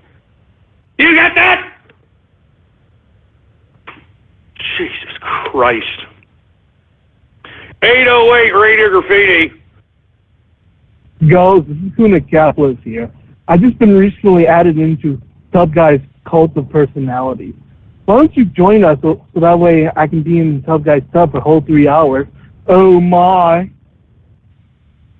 Well, wait a minute. Is that really, I mean, what the hell happened to Kahuna Capital? That didn't sound like Kahuna Capitalist. What the hell did you do to Kahuna, Tub Guy? What the hell did you do to Kahuna? I could only imagine where you stuck the pineapple. You know what? Never mind. Let's get that Anonymous Radio Graffiti. We've got Pylons Radio Graffiti. Oh, who are you? Where are you from? Where do you want to pick it up? Scream louder. Scream louder, boy. Scream louder and squeal like a pig. That's right. I love like a pig, boy. so much. Come on. Squeal louder, troll. You're like a pig. That's not even a troll. It's just Wait, motherfucker. Thank you so much for calling. That was all right, that's enough. I mean, who cares? I don't even understand what the hell. I don't understand what the hell that was supposed to be. 360 Radio Graffiti.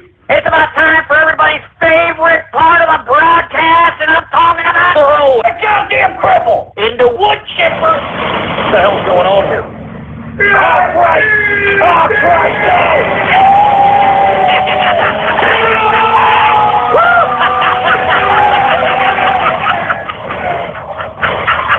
Whoa, you died! Whoa, you died! Whoa, you died! Whoa, you died!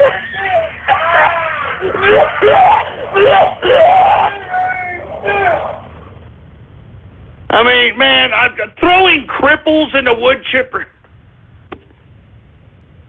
sometimes I don't even know why I'm doing this show, man. I'm serious. Sometimes I don't even know what the hell I'm doing. I don't even know why I'm doing it. I'm not even joking, man. 352 Radio Graffiti. There's nothing wrong with what YouTube is doing. They're a private corporation. If they want to take their direction into a goddamn leftist, long-haired, liberal, bedwetting, social justice, hippie type of content creation, that's their prerogative. But YouTube's a private company. It can censor who it likes. Yeah, isn't it funny how leftists are suddenly so vehemently in favor of the right of private companies to discriminate against people, but only when that discrimination involves censoring conservatives. And forget conservatives. Any popular YouTuber with any influence whatsoever. Shut Paul Joseph Watson's ass up, all right? Look, these YouTubers deserved what they got, okay? They got well compensated before YouTube decided to go another direction. Now that money gravy train is over, now they're bitching. Hey, if you're that popular, make your own damn website, you stupid loser. 702 Radio Graffiti. What's up? I can't even hear you. You sound like you're talking from the inside of an anus. How about Anonymous Radio Graffiti?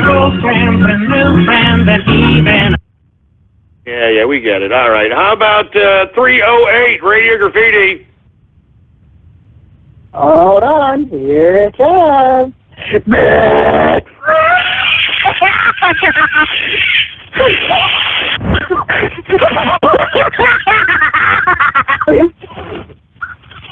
Jesus, I mean, get this lunatic out of here, for Christ's sake, man.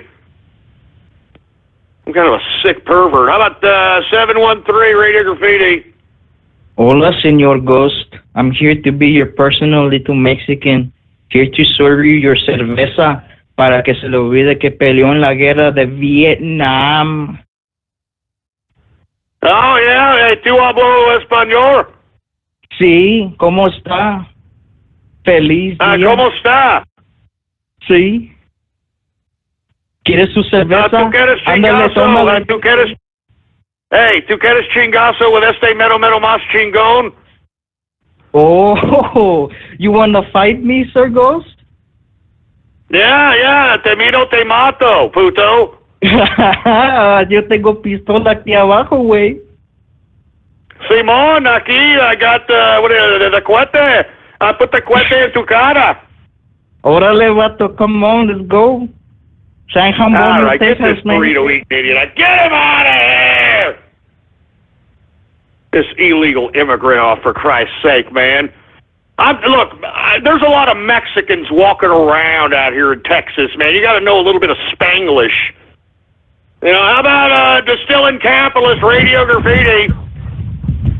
G'day guys, welcome to Wilsey's Taste of Australia. Today we've got a lovely Ziza bin. It's a shellac-based paint, and we're just going to go right ahead and get some snort on.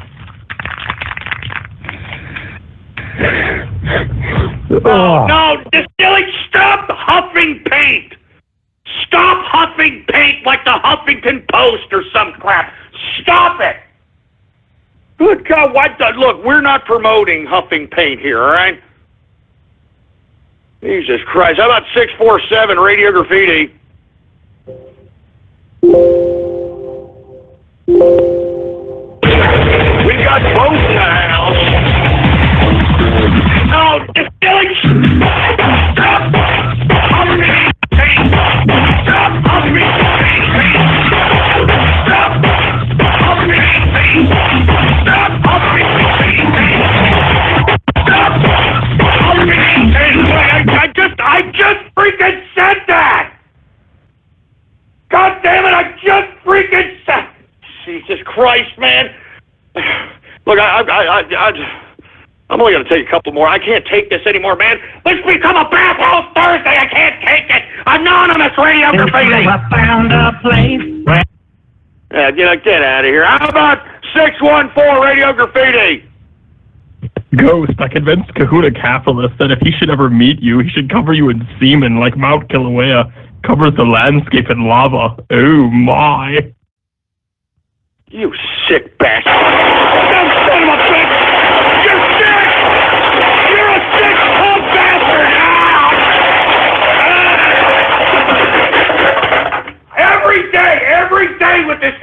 Oh my. Every goddamn day I gotta put up with this crap. Another Bathhouse Thursday with a oh my. Shove your oh my's up your ass. Shove up your oh my ass. Jesus Christ, man. You know what? I'm getting the hell out of here, man. I'm tired of this Bathhouse Thursday. I'm getting out of here. Get a mic. You guys will be lucky if I come back to freaking Baller Friday tomorrow, for Christ's sake, man. I need a break. I need a freaking break, man. I mean, look what you idiots do to me, for Christ's sake. It's like you don't even care. It's like you don't even give a crap, man. Man, I don't care. You know what? Follow me on Twitter and Gab if you want. I don't give a crap, all right? Politics Ghost is the name to goddamn follow. All one word, no underscores. Politics Ghost. You'll be lucky if I come back for Baller Friday, man. You know what? I can't believe I do this every goddamn day. Every day I do this over and over and over and over.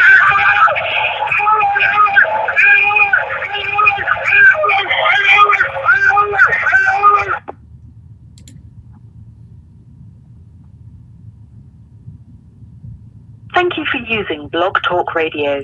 Goodbye. And that's a wrap, guys. That's a wrap. Good show. Good show. Good TCR show. Good Radio Graffiti. Shout outs. All that. Good show. Anyways, guys, that's it for this stream. I just want to say thank you guys for coming out tonight or today, wherever you live or wherever you're living right now. I'm going to start up my next stream right now over at the BN Theater. Guys, over their YouTube channel, head over to the BN Theater right now if you want to catch up with our post stream that's going to happen right now. Links in the descriptions. Go ahead over that. But before that, make sure you follow me on Twitter at the Running Network or Politics Ghost, as well as my Gab account, which is BN_King, or same as Politics Ghost, which is also Ghost's Gab account. So make sure to follow those. And also, if you're new to the channel, make sure to subscribe, as I do the teacher shows every day, Monday to Friday, 4 p.m. Central, 5 p.m. Eastern, 2 p.m. Pacific, as well as the Saturday Night Tro Show, happening this Saturday, or every Saturday, 5:30 p.m. Central, 6:30 p.m. Eastern, and 3:30 p.m. Pacific. And yes, everything's all included. All full show, full showings, everything. And also you get notified whenever the next T-show happens, or pretty much Twitter, so you get notified either way. Anyways, guys, that's it. This is it for my stream right here. Head over to the BN Theater for the after post show if you want to continue with the live stream over there, as we always do every weekday over at the BN Theater. Come and join us. And of course, if not, I will see you guys tomorrow for Baller Friday or on the next TCR broadcast. And just to let you mention before I go, shout outs tomorrow, guys. All right, shout outs tomorrow. Full shout outs tomorrow for anyone who came. So, of course, I'll just give a brief, quick shout outs to everybody coming out. So, thank you guys for coming out. So, I'll see you guys tomorrow. You guys have a good night. Later.